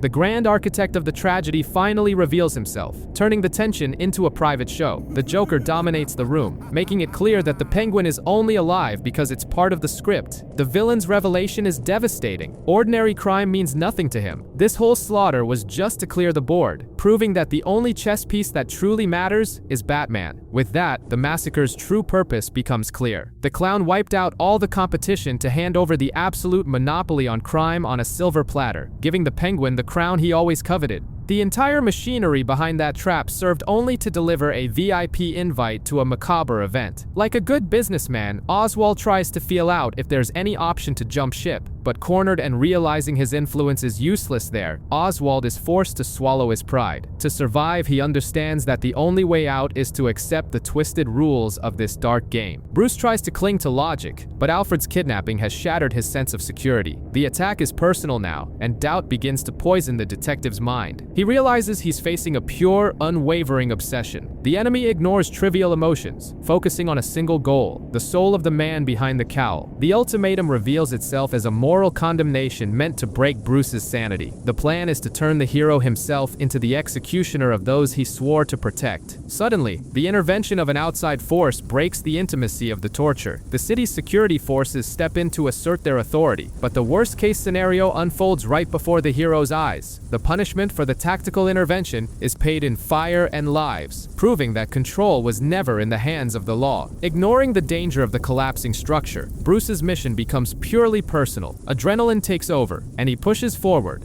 focused on reaching his target at all costs. His patience is gone. Crossing the fiery hellscape without hesitation, the hero catches the clown off guard with a furious, desperate charge. The beatdown suspends any ethical limits. The Bat makes it clear that if he doesn't get the Butler's location right now, the physical consequences will be irreversible. That's when the psychopath smiles and flips the power dynamic. The kidnapping was just a pretext, and he mockingly confesses that he has already planted his dirty trick amidst the chaos. The hand-to-hand combat was a trap, and the detective's nervous system begins to fail. His strength fades as the toxin completely strips away his ability to react. Unable to move a single muscle to defend himself, the hero is humiliated and discarded like scrap. The first round ends with a crushing victory for Chaos. His breath vanishes under the weight of the water at the bottom of the abyss. In the emptiness of the submerged silence, his exhausted mind almost accepts the legend's imminent defeat. Driven by a pure instinct for self-preservation, his body rejects drowning with a violent spasm. He struggles to awaken from the death trap. Waking up disoriented, he hears that the greatest threat has finally been contained. A sense of victory and security takes over his mind as he believes the worst is over, until the illusion of peace shatters in a fraction of a second. His brain short-circuits as it processes the brutal anomaly that has just invaded his surroundings. The hallucinogenic torture reaches its peak, and the massacre happens right before his eyes. It is the materialization of his greatest fear, watching his own family being slaughtered in absolute helplessness. The unbearable terror finally shatters the trance. Pure protective instinct tears him away from that mental hell, breaking the paralysis in an outburst of desperation. Awake in reality, he finds himself surrounded by his true network of allies, but the tension is thick. Working alone has taken its toll, making an internal confrontation inevitable. Bruce tries to focus on work and go on autopilot to ignore the gravity of the nightmare he just experienced. He just wants to brush off the trauma and go straight after the next clue, but the Bat family won't let it slide. The situation is so desperate that even estranged members gather there, ready to back their patriarch into a corner. Everyone's greatest fear is finally put on the table. They demand to know if Gotham's best-kept secret has been exposed, running the risk of having their lives completely shattered. The weight of the omission hits hard when the team realizes Bruce hid the fact that their greatest enemy was operating in the shadows. A feeling of betrayal takes over the cave. Out of patience for half-truths, they give an ultimatum. The family demands to know exactly what secret is rotting in their mentor's past. Cornered by those he swore to protect, Bruce's emotional armor finally cracks. He caves and prepares to unearth his darkest ghost. The memory drags him back to the early years of his crusade, a time when he was still naive and thought victories against evil were definitive. Bruce confesses that right after that first confrontation in the past, he returned to the safety of his home and found a disturbing detail. There was a physical object left behind. It was a silent warning, placed right in the sanctuary he swore was absolutely impenetrable. Panic sets in among the team because the math is cruel. If the villain got in there, the barrier of anonymity has fallen. He knows the mentor's true identity, and everyone's life is compromised. The protégés don't buy the security excuses and throw it in their mentor's face that the rules of physics don't apply to this monster. They expose Bruce's clear hypocrisy for having lied. It becomes clear that the goal of that break-in was never to reveal identities to the media, but to plant the seed of paranoia. Bruce's omission did exactly the villain's job, corroding the family from the inside. Seeing that he lost the logical argument, Bruce embraces the martyr role. He decrees the end of the partnership and demands everyone isolate themselves, so he can draw the hatred and destruction alone. The final blow comes when they throw in the mentor's face the memory of a brutal attack that has already happened under that very roof. Bruce's defensive arrogance is completely silenced. Bruce decides the conversation is over and temporarily cuts ties. Ignoring the family's pressure, he leaves to go after the only clue he has, completely alone. His investigation leads him to track down a radio signal. He intercepts the goons' communication to find out who is receiving the orders. With no time for pleasantries, Bruce violently breaks into the suspect's house. The action instills absolute panic in the man's family in mere seconds. The man breaks almost immediately. In despair, he confesses that he only helped the clown because his family had been watched and threatened with death for days. The revelation of the scheme changes the gravity of everything. The Joker recruited the very guards of Arkham Asylum. The security system was corrupted from the inside out. While the city believed the institution was functioning normally, the place was being turned into pure chaos, completely isolated from the outside world. The real shock is the purpose of the plan. The Joker isn't isn't just destroying the asylum, he is redecorating it as a castle for a sadistic reception for Batman. Bruce advances towards the trap, trying to maintain his own sanity. He repeats to himself that the enemy is only human and can be broken. With this false sense of control shielding his mind, Bruce crosses the point of no return. He dives straight into the enemy's lair, hoping his logic will keep him alive. The way back ceases to exist. Trapped in enemy territory in absolute isolation, Bruce comes to the heavy realization that all his rationality was left outside. Arkham has completely changed. What was supposed to be a maximum security prison has become the Joker's private amusement park. The inmates are comfortable, enjoying the new regime imposed from the inside out. Taking advantage of the chaos, the Riddler focuses on destroying the guards' psyches. The torture isn't physical, it is meticulous and deeply personal. Nigma digs up every romantic failure and shameful moment in these men's lives, deconstructing their sanity word by word. Meanwhile, the Clown Prince of Crime's demands border on the surreal. He forces exhausted men to haul a colossal and absurd payload through the narrow corridors.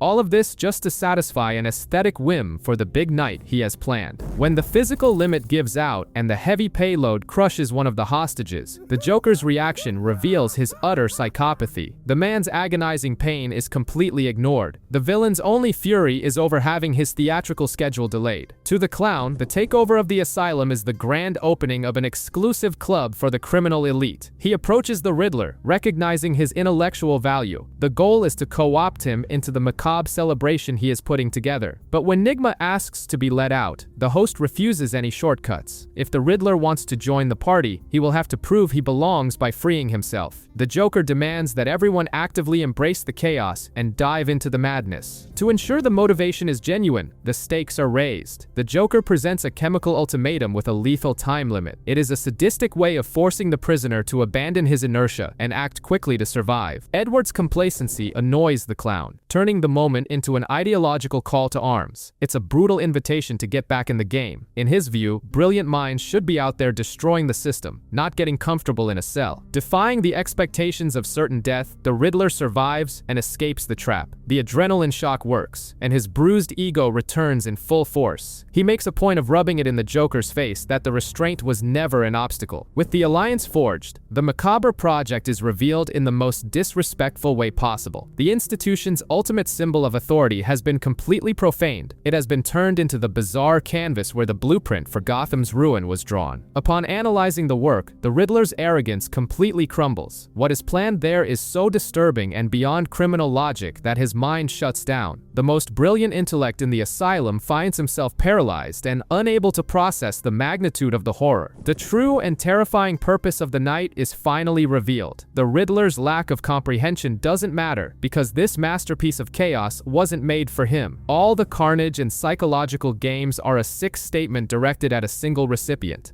The confrontation begins with a sick waltz, as the clown tries to unnerve the Dark Knight. But Bruce forces his mind to operate in tactical mode. He clings to the element of surprise, having broken into the asylum before the trap was fully set. The psychological warfare hits a nerve when the villain mentions Bruce's servants. The word strikes right at his core, filling him with dread over what might have happened to his family. It takes everything he has not to break down right then and there. The true scale of the freak show is then revealed. The entire asylum has been reconfigured into a bizarre royal court. It's a macabre welcome parade dedicated exclusively to the return of its guest of honor. Seeing the innocents forced into this torture, his detective mind races. He knows the victims and realizes that using brute force would result in certain death. Bruce knows he urgently needs a plan B. The villain issues an impossible ultimatum. Either he participates in the fantasy, or the hostages die. But the Bat refuses to play by a lunatic's rules. He makes his decision, ready to flip the board once and for all. The execution is triggered, but the tragedy doesn't come to pass. Seconds prior, the Dark Knight had already activated a silent defense that neutralized the danger and saved the innocents. Bizarrely, the villain isn't angered. Instead, he marvels at the sheer genius of the trick. With the victims out of danger, the hero leaves the main stage. He uses the distraction to slip into Arkham's darkest arteries. The opening act is over, and now the real hunt begins. But his stealth strategy soon completely falls apart. The environment loses all trace of logic, swallowing the hero whole. He realizes he has just stumbled right into the core of the villain's unbridled madness. After the initial shock fades, the harsh reality sets in. Bruce understands that he was being herded by the enemy the entire time. Every path he thought he had chosen led him exactly to a meticulously prepared slaughterhouse. Bruce finds himself completely cornered by a legion of corrupted, fanatical patients. It's not a simple ambush. It's an excruciating endurance test, designed to break the bat before the main confrontation. Bruce's reaction must be explosive. He charges in with everything he's got to break their front line immediately. Letting this crazed mob swarm him would be a death sentence. Refusing to fall, he uses the environment's own aggression to his advantage. The hero needs to break through this human wall at all costs. After all, it's the only obstacle standing between him and the true mastermind behind this nightmare. Staying on the ground level means signing his own death warrant in the midst of this chaos. He realizes he needs to change the geometry of the fight. His only way out is to escape the kill zone and alter the dynamics of the combat. But the insanity of the place always hides surprises. A new, completely out of context threat emerges out of nowhere on the battlefield. The hero is forced to redirect his attention before getting run over. Bruce's pragmatism speaks louder. To neutralize the enemy advance, the interruption must be swift and brutal. Without hesitating, he cuts off the threat's charge right at its power source. With the threat disabled, the resistance in the hall crumbles. The territory is secured. But the real sanity test resumes when the Architect of Chaos congratulates his performance right from the shadows. The revelation of the scenery sends chills down the hero's spine. What seemed like a nightmare is revealed to be a sadistic and grotesque structure. Everything was meticulously designed to mock everything Bruce has built and protected. The degradation hits rock bottom when the victims are exposed. Entire lives have had their identities erased. They have been reduced to mere stitching material in a bizarre display that insults humanity itself. To the clown, all this horror is a genuine love letter. It's a narcissistic demand for the hero to stop and admire the masterpiece. Proof of how devoted and gigantic this mutual obsession has become. But the Dark Knight's resilience overcomes the trauma. Through a brutal effort, he locks his empathy in a mental vault and ignores the environment's despair. His only focus now is to destroy the source of this madness before the final act. Bruce knows his archenemy is running out of time. The clown moves the first pieces across the board just to delay the vigilante's inevitable advance. Exploiting a critical flaw, the hero ends the first threat. His brutal efficiency neutralizes the trap without hesitation. Through the speakers, the clown's voice tries to invade his mind. It is a psychological war, turning the corridors into a sadistic theater. When a giant is thrown in his path, the hero's planning proves absolute. He uses confiscated tech to turn the tables on the monster. Prepared for the chemical terror, Bruce seals his airways. He asserts his martial superiority against the fear toxin. The breach into the main hall is aggressive. By destroying the door, he robs anyone waiting in the darkness of their positional advantage. On the other side, the clown reveals a macabre reception. Allies and figures of power are displayed like a pathetic court, crowning Bruce king of a sick empire. The rules of the spectacle are sadistic. It is an electric Russian roulette designed to shatter the hope of the bound victims before the physical damage occurs. The consequence for the victim is immediate and merciless. The punishment proves in practice that, in this domain, any illusion of justice is rewarded with agony. Unable to intervene directly, Bruce converts his fury into tactical precision. He scans the containment barrier in search of the slightest structural weakness. Running out of time, it is a do-or-die moment. The vigilante channels every last drop of his remaining strength into a devastating impact against the blockade. The separation is immediate and absolute. Bruce is cut off from the action by a lockdown, leaving the hostages isolated under the sadist's control. Refusing to accept the end of the line, the hero sabotages the mainframe. In a swift move, he cuts the power to the execution traps, but the clown shatters the logic of the confrontation. Instead of retreating, he breaks the fourth wall and declares that Bruce has already won the game. The devastating truth comes to light. The entire theater was a distraction. Joker used the time to hunt down and brutalize the hero's real family. The villain's demand is clear and non-negotiable. The only way out offered to Bruce to spare them is his total submission to madness. The mental blackmail leaves no way out. Any act of rebellion will result in the tragic and permanent disappearance of his allies. With no other option, the hero yields. He swallows his pride and marches voluntarily into the center of the final trap. With absolute control over his test subject, the clown savors his sadistic rite of passage. The intention is to force a brutal, hard reboot on the vigilante's vulnerable mind. Hell is finally unleashed. The electrical overload devastates Bruce's neurological defenses, pushing his mind and body to the absolute breaking point. Doubt hangs in the heavy air. After a brutal clash, no one knows if the hero's physical limits have finally been crossed or if he is is still breathing. But Harvey's patience has run out. With no time for theatrics, he prefers to let the toss of his coin decide where the kill shot will hit the bat. The arch-nemesis, however, is furious. To him, killing the hero with a simple revolver shot is an unforgivable offense to his grand masterpiece. The illusion of a partnership crumbles. Gotham's top crime bosses realize the hard way that they were used as mere pawns and are now caged. Harvey tries to stand his ground, but his ego is shattered. The narrative throws it in his face that his personal tragedy was merely an excuse to embrace the darkness he always harbored. Checkmate in the underworld is sealed. Paranoia overcomes the criminals, and the path to the hero's family is now entirely clear and unobstructed. The tone of the night shifts into something far more sickening. The real prize isn't for the mob, but rather a brutal message meant to shatter the psyche of the Bat's allies. The target of this entire charade is finally brought center stage. The moment of pure terror twists into a bizarre, distorted gala banquet.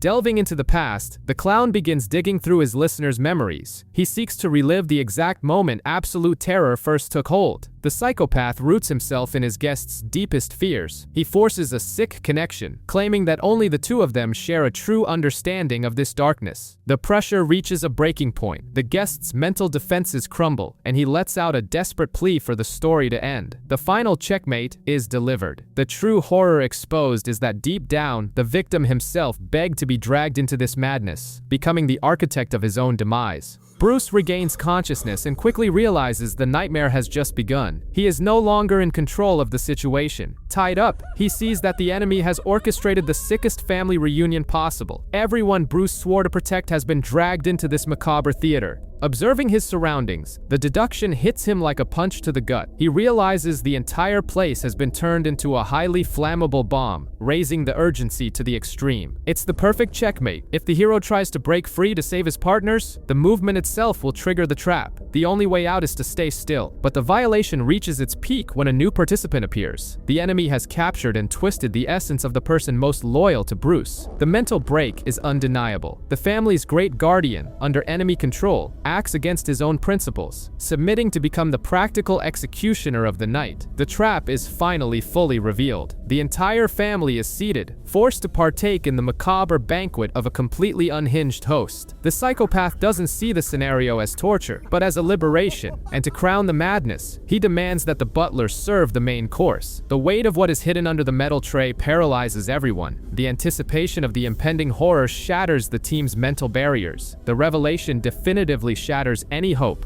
The result of an indescribable carnage is presented as if it were a triumph, served with pure sadistic mockery. The maniac flaunts the horror, claiming to have stolen the essence of each of them. In his fractured mind, this abominable atrocity is a visceral declaration of affection. The psychological stabbing continues, hitting Bruce's most sensitive spot. The villain accuses the hero of using a fake moral code to mask his own cowardice. The villain's thesis is thrown on the table for everyone to hear. He hurls the accusation that Bruce, deep down, wishes for his team to be eliminated to free himself from this burden. The ultimatum arrives, making the threat physical and immediate. The clown places the family's fate in Bruce's hands, forcing him to take action or watch everything turn to ashes. Bruce uses every drop of fury and training to break the control of the situation. He shatters his bonds, refusing to accept the imposed fate. The strategy radically changes the battlefield. Ignoring the taunts, the hero focuses on the environment and uses the cave's own structure to neutralize the danger. Salvation comes abruptly and violently. The fire and the lethal trap are drowned by a torrent of water, wiping the orchestrated grand finale off the map. Without his stage, and without the advantage, the villain's cowardice takes over. The architect of the nightmare abandons his flawed creation and flees into the darkness. With the main threat undone, Bruce acts fast. He runs to assess the damage and free his son from that suffocating situation. Relief finally materializes. The terrible promise of carnage was nothing more than a sick bluff, and the physical essence of the family survived intact. Nightwing, already free, takes on the responsibility of calming Bruce's ghosts. He demands that his mentor trust the team and go hunt down the true culprit. Bruce yields to reason and dashes through the rocky tunnels. Driven by fury, he races against time to put a definitive end to this ordeal. Meanwhile, at the banquet table, the team's attention is caught by one of the ornaments left behind. Dick's intuition tells him their tormentor would never just let them walk away. Chaos takes over the cave once again. What seemed to be mere decoration explodes, mercilessly sweeping away what was left of the environment. When the dust settles, the true nature nature of the trap reveals itself to the survivors. The explosion wasn't meant to break bones, but rather to infect the air. The perverse checkmate is realized. Without their mentor there to intervene, what's left of the team collapses into laughter, submitting to the chemical toxin. Bruce delves into the depths of the cave, focused on stopping the clown once and for all. This is the end game of the hunt. The fight becomes desperate in the dark. Pushed to his limits, Bruce abandons strategy and fights purely on survival instinct so as not to be torn apart. Bruce reaches his breaking point and cuts through his opponent's sick illusions. He makes it clear that he will no longer feed into the villain's twisted fantasy. With an overwhelming presence, Bruce takes absolute control of the situation. The game is over, and no mind games will bypass Batman's strength. But the clown's broken mind refuses defeat. Desperate, he tries to drag Bruce back into the chaotic rhythm they've shared for years. Unyielding, Bruce decrees an end to the endless taunts. It's a conscious choice to put a stop to this destructive cycle that has consumed both of their lives. But this determination comes at a heavy price far away from there. His allies have completely surrendered to madness, losing consciousness due to the villain's toxin. The true masterstroke comes to light. The toxin is irreversible. The goal was never to beat Bruce in a fistfight, but to obliterate what he loves most. The Joker keeps taunting, rubbing the tragic fate of Bruce's allies in his face. He believes the hero is paralyzed by the despair of the choice, but the strategy fails miserably. Bruce makes the hardest decision of the night and presses forward, trusting that the family he built is strong enough to survive the poison on their own. Despair hits the clown as he sees his argument crumble. Stripped of his psychological dominance, he resorts to cowardly lethality in an attempt to hurt the Bat. The oppressive environment of the cave finally corners the Joker, cutting off any escape routes. The terrain advantage shifts entirely to Bruce, marking the end of the line. Cornering the clown,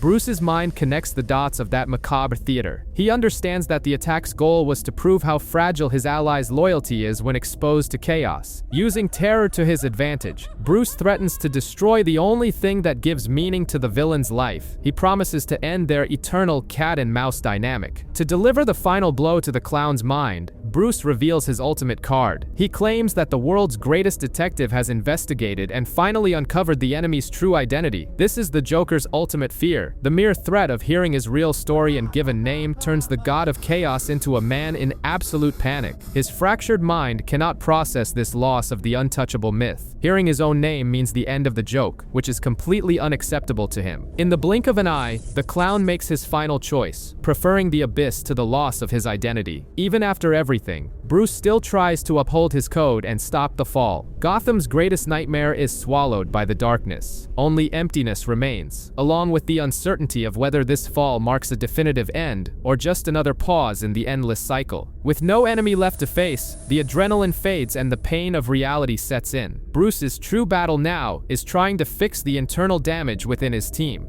The big revelation hits the group. The supposed theft of everyone's secrets was a sadistic bluff. Their extreme fear was fueled by a lie based purely on psychological pressure. Bruce's real concern lies in the invisible fracture that is formed within the group. The trauma eroded the blind trust that existed before. In an attempt to restore that trust, Bruce decides to reveal an old secret. He tells them about a risky decision he made right at the beginning of his crusade. He confesses to having used his billionaire facade to infiltrate the maximum security asylum, creating an undetectable opportunity in the cells. The goal was to confront his greatest enemy face to face. Testing the theory that the clown would know his true civilian identity, the total lack of reaction confirmed his suspicion. The villain's mind is completely blind to the man behind the mask, showing not the slightest interest. Bruce understands that the villain only cares about Batman, purposely ignoring Bruce Wayne. That is why he was certain the base's security had never been compromised. But trying to justify his actions doesn't work. The team's first rejection arrives disguised as a trivial, unforeseen event, showing that the emotional wound is too deep. With nothing left to do, Bruce accepts the silent defeat. The family's bond has been destroyed, and the Bat ends up exactly as his enemy wanted, completely isolated. Even his own son decides to distance himself, placing a physical barrier between them under the excuse of training elsewhere. The departure completes the dismantling of the group. Bruce's oldest pillar of support also cuts ties, leaving behind an absolute void that proves the success of the Joker's tactic. Alone, Bruce seeks answers by dissecting the root of the attack. He rationally analyzes the exact structure of the toxin used against his allies. The processing reveals a definitive and disturbing signature. The very atomic matrix of the poison was sculpted to form a joke, an unforgettable personal taunt. The realization crushes Bruce. All his logic and preparation fell before an absolute mockery that didn't need to kill anyone to dissolve his family. The final perception is overwhelming and solitary. Where there was once trust, darkness has now consumed what little remained, marking a complete and inescapable ruin.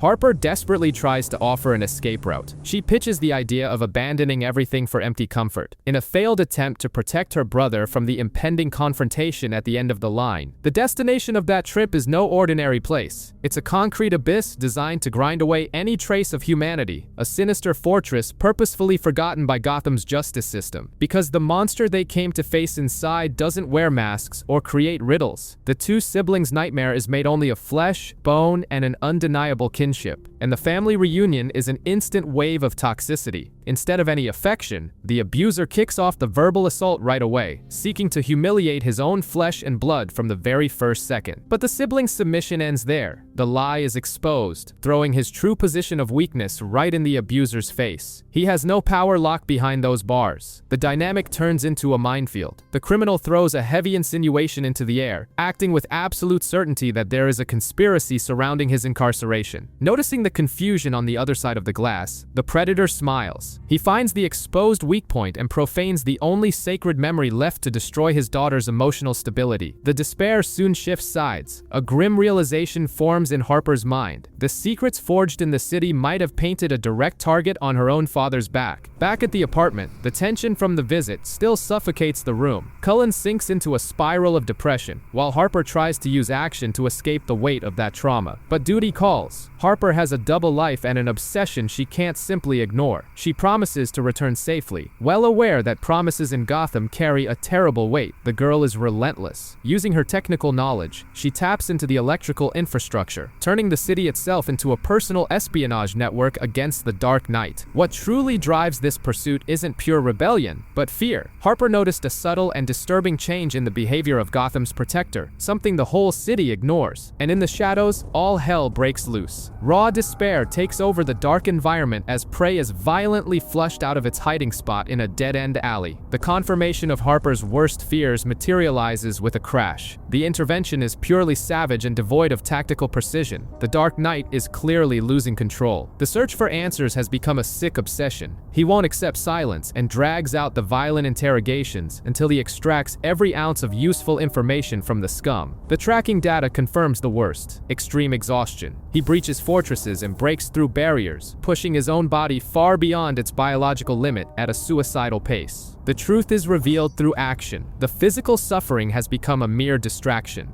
He starts making basic mistakes, taking direct hits just to mask a deeper emotional agony. The neutralization of threats has become a cold, mechanical process. The hero operates on autopilot, dangerously disconnected from the moral compass that has always guided his actions. Isolated in the apartment, the Bat's figure completely monopolizes the girl's life. While he hunts invisible ghosts on the streets, she tries to outline a mental rescue plan. Harper can't just fold her arms and wait. She knows the bar has dropped, and the hero who once dealt with the elite is now failing against the most pathetic street-level thugs. And her premonition hits the mark far from there. A lethal advantage born from chemical aggression is being prepared in silence by a brutal and totally unpredictable obstacle. It's exactly in this abyss of vulnerability that the lethal invasion happens. The worst possible threat forces the clash, and the city's protector has just forced his way into what could be his definitive end. Batman's obsessive hunt reaches a breaking point. He catches up with one of the bosses of Gotham's underworld and takes a ruthless approach. The Bat's patience ran out a long time ago, but instead of showing fear, the informant responds with pure mockery. He knows he's already in control of the situation, having just lured the Dark Knight straight into a trap. The true threat reveals itself when a lab freak attacks mercilessly. Bruce's already weakened body is taken completely by surprise by the sheer force of a brutal blow. The hunted has just become the hunter. Things take a dire turn turn under the crushing force of the beast, fueled by extreme chemical steroids. The creature's goal is to apply unbreakable lethal pressure, and Bruce is a hair away from having his bones shattered. The scenario turns into a nightmare when an entire pack of genetic anomalies is unleashed all at once. The Bat finds himself completely surrounded, realizing he can't win this alone through brute force. Batman's aggressive tactics are useless, as the genetic modifications have numbed the monster's pain. Meanwhile, the creature's master makes a point of rubbing his victory in the cornered hero's face, until at the most critical moment, a stealthy, tactical attack hits the area. Exploiting the beast's auditory vulnerability, the threat is instantly neutralized by a logical strategy that saves the night. This is the moment Harper Rose cements her entry into the game. Not only did she track the hero down, but she also stepped up to the front line, proving she has the audacity needed to face Gotham's darkness. To ensure the criminal poses no further threat, Harper delivers her own brand of justice with a painful but non-lethal method.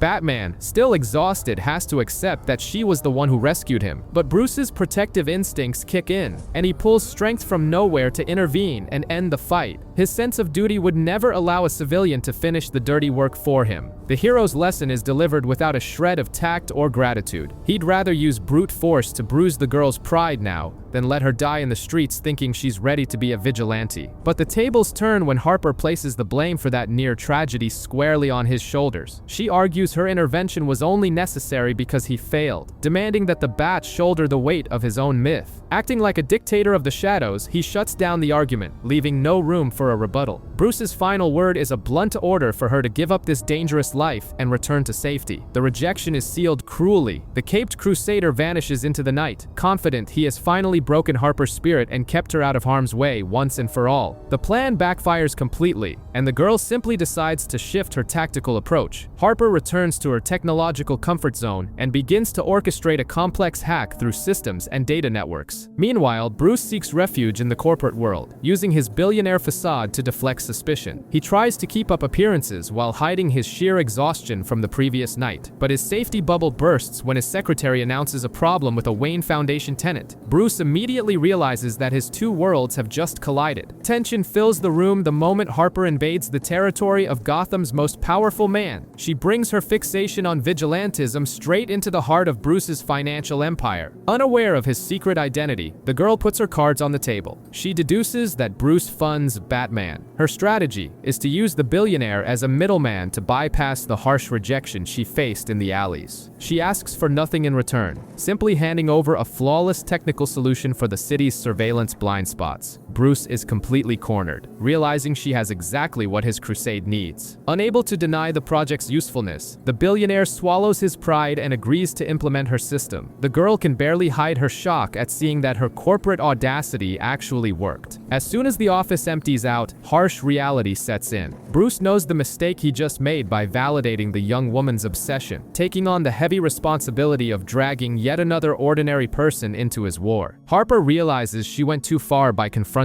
the Bat like that. She takes a moment to reflect on her own recklessness. Drawing the attention and danger of an unstable vigilante was a perilous leap in the dark. Bruce tries to create distance, using his own recent traumas as a shield to claim a civilian could never understand his struggle, but the tactic fails miserably. Harper reads him instantly, connecting the hero's physical exhaustion to her own pain. She then plays her true trump card, revealing that hacking the grid wasn't an ego trip, but an intervention. Using the words of her late mother, Harper reminds him that Gotham is his family. If he keeps destroying himself, the entire city will sink into darkness with him. This sincerity paves the way for Bruce's truth. He reveals he was actively tracking and neutralizing Harper's criminal father to keep her siblings safe. It was his twisted way of repaying the debt for her saving his life. Bruce takes this to heart, seeing Harper's story as a spitting image of his own life. He immediately grasps the importance of these connections. It's exactly these innocent and stubbornly hopeful people who serve as anchors, keeping him from losing himself in the abyss of hatred. With trust established, Harper finally reveals the nature of her code. She didn't just fix the grid, she embedded her own mother's survival mantra into the city's panels. It's a monumental broadcast of strength designed specifically to pull him back from rock bottom. Bruce absorbs the impact of this silent, monumental message. The intervention proves that Gotham isn't just made of victims, but of everyday people who also resist in their own way. He internalizes this hope, finding the clarity that he doesn't carry the burden alone before plunging into the absolute chaos of the war that awaits him. A crisis erupts at Gotham National National Bank. The police urgently lock down the perimeter, forced to exercise extreme caution against an intruder who has already proven to have no limits. When the attacker's identity is confirmed, the impossible becomes reality. The man responsible for the chaos and bloodshed is no ordinary terrorist, but billionaire Bruce Wayne himself. Bruce escalates the terror, revealing that the extra weight weighing down the hostage isn't a mere whim, but a lethal calculation. The woman is strapped to an explosive charge that seals her fate. To prove the money was never his main objective, he turns the heist's prize into a catastrophic distraction. The cash goes up in smoke and chaos, completely blinding the police blockade. The force of a brutal detonation rips through the room. The collateral impact takes Bruce's own ally out of the fight, ensuring the scene looks like a tragic accident to forensics. Still processing the madness, the final piece of the puzzle clicks into place in his ally's mind, connecting the insane actions of the past few hours. He realizes that this playboy is, in fact, the urban legend that patrols the shadows. But this wasn't his only recent headache. Almost a week before this complex theatrical heist at the bank, the vigilante was already racing against time in a high-stakes interception through the streets of Gotham. Without the slightest hesitation, he abandons the safety of the driver's seat and launches himself like a human projectile at his target. It's an all-or-nothing gamble to seize control of the situation in motion, but a welcoming party was already waiting. The intruder barely crosses the threshold before being forced to push his reflexes to the limit to avoid decapitation, realizing the interception was a deadly trap. With the vigilante cornered, the enemy's vanity overrides his efficiency. Instead of firing, the villain decides to savor the moment, revealing the poetic and macabre meaning behind his cargo of plants. The time wasted on this monologue is the only opening he needs. With a decisive strike, the Dark Knight neutralizes the threat, ensuring the mysterious cargo never reaches its destination. Backup arrives in the form of Damian, who treats the botanical scene with disdain. But Bruce reveals the true gravity of the cargo. They aren't mere plants, but a terrorist attack using a lethal toxin, planned for a mob funeral. Underestimating the danger in the worst possible way, the boy ends up inhaling the substance directly. His recklessness triggers an invisible ticking clock, leaving them with only minutes before their nervous systems collapse. The situation turns into a desperate race for survival. Now officially poisoned,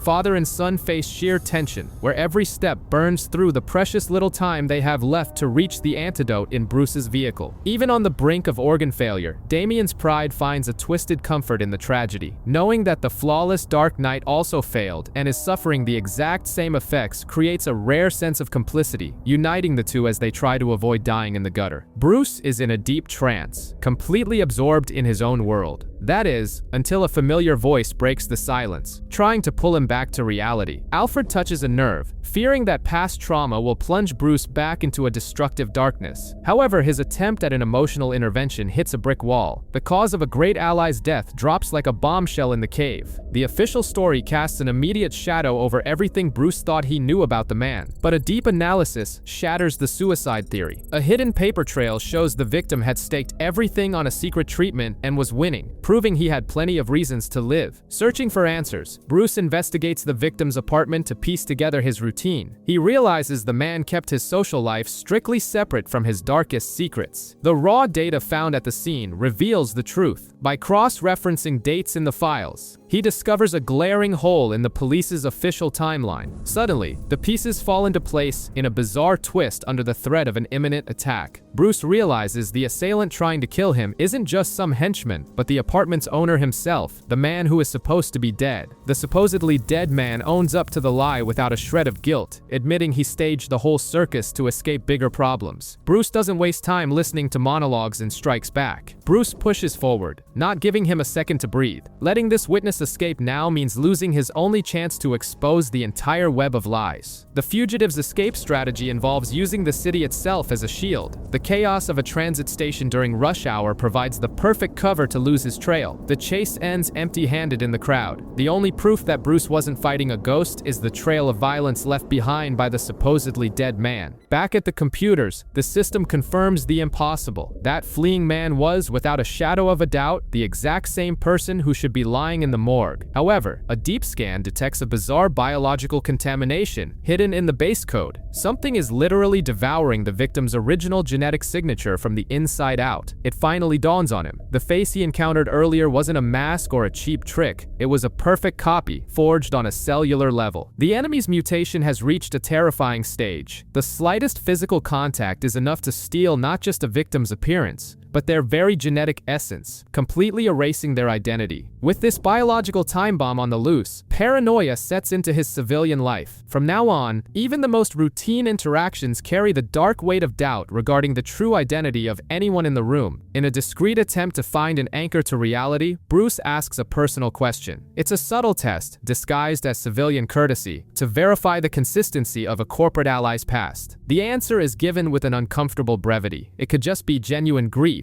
or the cold acting of a calculating monster, allowing the seed of doubt to sprout. Bruce realizes the trap worked, confirming his worst suspicions. Without dropping his defenseless billionaire act, he begins calculating his escape route within the confined space. The charade can no longer be maintained. The imposter notices a subtle shift in Bruce's demeanor and realizes he's been unmasked, creating a split second of absolute tension before violence erupts. The enemy finally reveals the true extent of his genetic contamination. The adversary's biology intentionally collapses, shedding his human guise to assume a lethal, monstrous form. The name behind this biological nightmare is confirmed: Basil Karlo. Trapped in civilian clothes and without his advanced gear, the billionaire is easy prey, and his defenses are instantly crushed. The villain then reveals his master plan. Believing he has absorbed the perfect DNA, Karlo intends to force Bruce Wayne to help him kill Batman. The irony is that he has absolutely no idea he's crushing the Dark Knight himself. The Gotham police respond to a bizarre call at a building. The officers decide to investigate the disturbance, having no idea of the nightmare awaiting them on the other side. At the end of the hallway, they encounter an anomaly that defies logical explanation, an oppressive presence that seems to have a will of its own and serves as the perfect bait. The contact is immediate and brutal. Whatever is inside consumes one of the officers in seconds, forcing his partner to abandon the rescue and flee in despair. The chaos catches Clark's attention, and he crosses the country to demand answers. He finds Bruce, who had been closely monitoring the disaster but stubbornly insisting on working alone. Bruce puts his ally to use and orders him to sweep the building, but a bizarre barrier blinds Clark's vision. This confirms the Bat's worst fear. They are dealing with a catastrophic scale threat. With no alternatives and their technology failing, the two heroes dive headfirst into the core of the anomaly. They willingly walk into the exact same trap that tore the police force apart. The broken physics of the place distorts reality and violently affects the Kryptonian. For the first time in his life, Clark feels nauseous and experiences the despair of physical vulnerability. Bruce remains unfazed and recognizes the pattern immediately. He deduces that it is an archaic trap designed to hypnotize the mind and drag its victims straight to the slaughterhouse. The true nature of the problem falls right into their laps. What tore apart the logic of that building wasn't technology or an alien attack, but a profane rite of dark magic. The price of this occult game is devastating. It becomes clear that the police officers weren't taken hostage, but rather converted into organic fuel to feed this spell. The dynamic shifts, and they are confronted by a consciousness tethered to the magic. It is a side effect of reality manipulation, whose mere existence threatens Superman's sanity. The entity warns them of the danger, but Batman focuses on extracting information.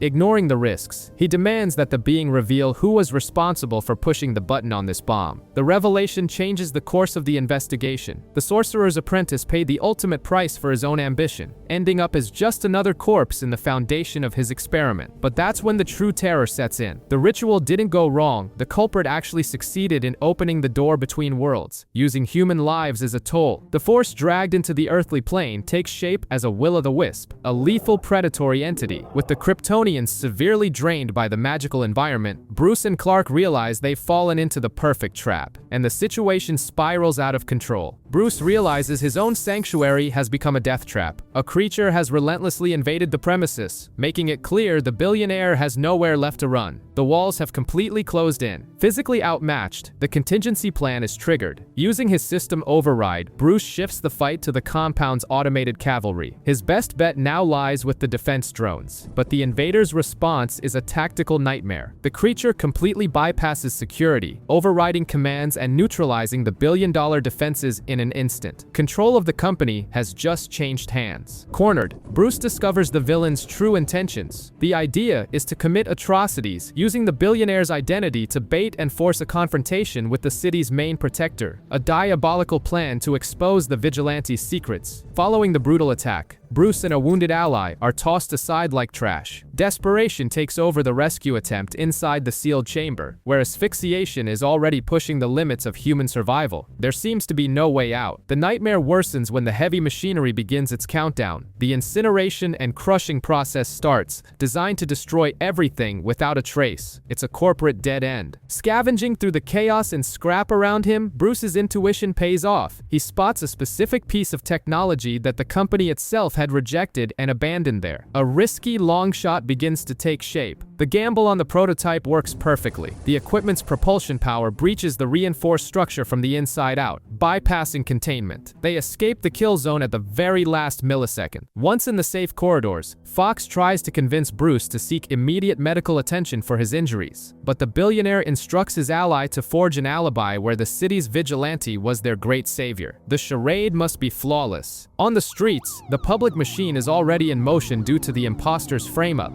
Bruce now holds the title of Public Enemy Number 1. The authorities' official manhunt has been launched. Under actual threat from the police, caution is thrown out the window. He adopts extreme evasive maneuvers, pushing the laws of gravity to disappear into the dark alleys. Justice is one step away from executing the wrong man. To neutralize the threat with zero casualties, he makes a risky move targeting the cruisers. Using the environment, he triggers an improvised trap that brings the entire squad on his tail to a screeching halt. The maneuver wrecks the convoy all at once, ensuring absolute success. With the vehicles paralyzed, he gains the precious seconds of advantage needed to vanish. His arrogance returns as he confirms he has won this round. Seizing the opening, he chooses his next strategic target. Ruling out a distant escape, he observes the compound ahead of him, in need of resources or an immediate reckoning. The goal is to go straight to the source. However, his path through the building's corridors is abruptly intercepted. Whoever is in control has prepared quite the welcoming party, completely shattering his tactical foresight. He is caught entirely off guard. The enemy's response is a lethal ambush using advanced military technology.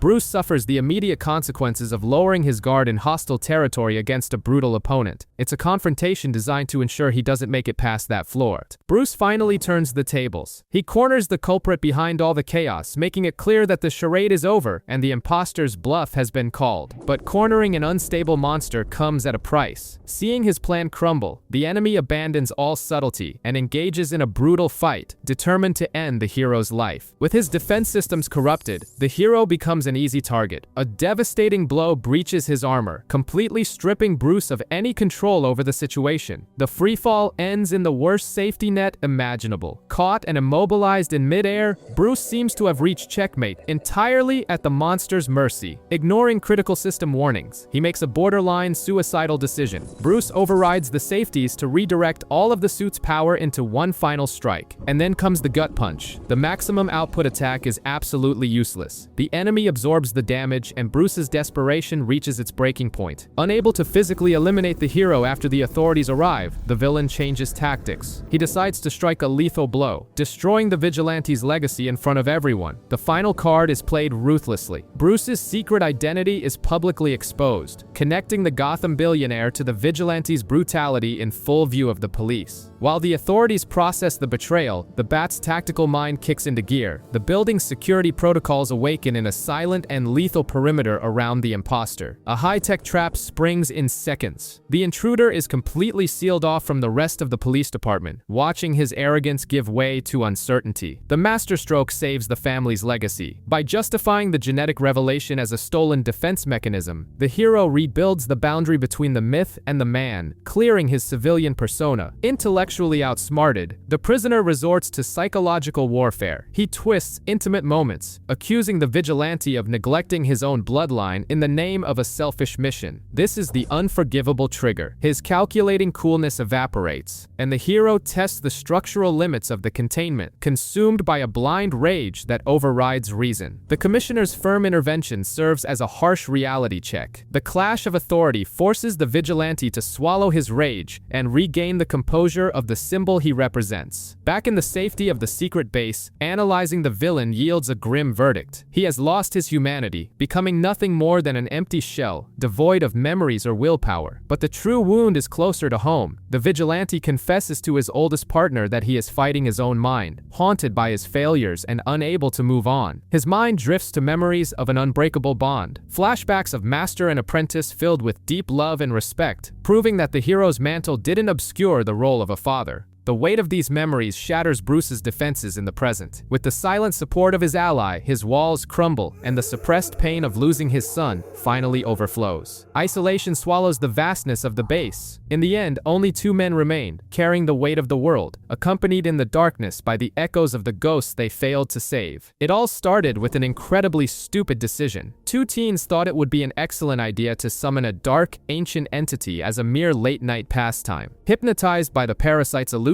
their self-preservation instinct vanished. The fatal mistake occurred when they broke the only magical barrier keeping them alive. The demon's true form emerged in a devastating strike. Their naivety was punished before they even had time to process their regret. The toll of that night was devastating. The girl survived only as a spiritual echo, bearing the guilt of watching the creature use the location to hunt new prey. In the present, Superman tries to intervene, but magic is his Achilles heel. The demon's energy causes him excruciating pain and threatens to corrupt the Man of Steel's mind. To find a way to reverse the summoning, the Dark Knight takes on the role of detective. He delegates the dirty work of containment to Clark, buying time to solve the mystical puzzle. While interrogating the girl's ghost, Bruce realizes that intimidation fails miserably. Softening his posture, he tries to establish an empathetic connection to pull her out of her panic. The girl then reveals the harsh truth. The magical environment itself is a lethal poison to Clark. He could have fled, but chose to stay and suffer just to ensure her soul wouldn't be devoured. Touched by his actions, the spirit yields and decides to trust the Dark Knight. She finally gives him the missing piece, the exact location where the nightmare began. Guided by her, Bruce finds the original text of the curse. Analyzing the forgotten language, he realizes that brute force must give way to occult knowledge. But time is running out, and the possession begins. Earth's greatest hero becomes a mere defenseless puppet, on the verge of having his essence completely consumed by the demon. In the exact moment of despair, the original contract is unceremoniously destroyed by Bruce. This shatters the foundation of the creature's power, leaving it vulnerable for the very first time. With its physical anchor destroyed and the spell recited by the bat, the containment force is overwhelming. The entity is violently banished from this dimension, putting an end to the threat. The corruption dissipates, allowing the duo to finally breathe a sigh of relief. With the spell concluded, the ghost girl untethers from the mortal plane, passing on in peace. Before leaving, the young girl realizes that the vigilante's armor hides a broken man. She decides to entrust his emotional well-being to none other than the Man of Steel. Alone, Bruce decides to confront the real reason for the Kryptonian's visit. He knows Clark came to Gotham to check on a father grieving the loss of his son, and in his own twisted way, thanks him for the company. Making a rare exception, Bruce invites him to finish the city patrol, but it's a trick. As soon as Clark tries to reply, he realizes the bat pulled his classic move and vanished without a sound. Clark isn't annoyed. Knowing this vanishing act is the most social interaction his friend can handle right now, he takes to the skies, certain that he kept his promise to look out for Bruce.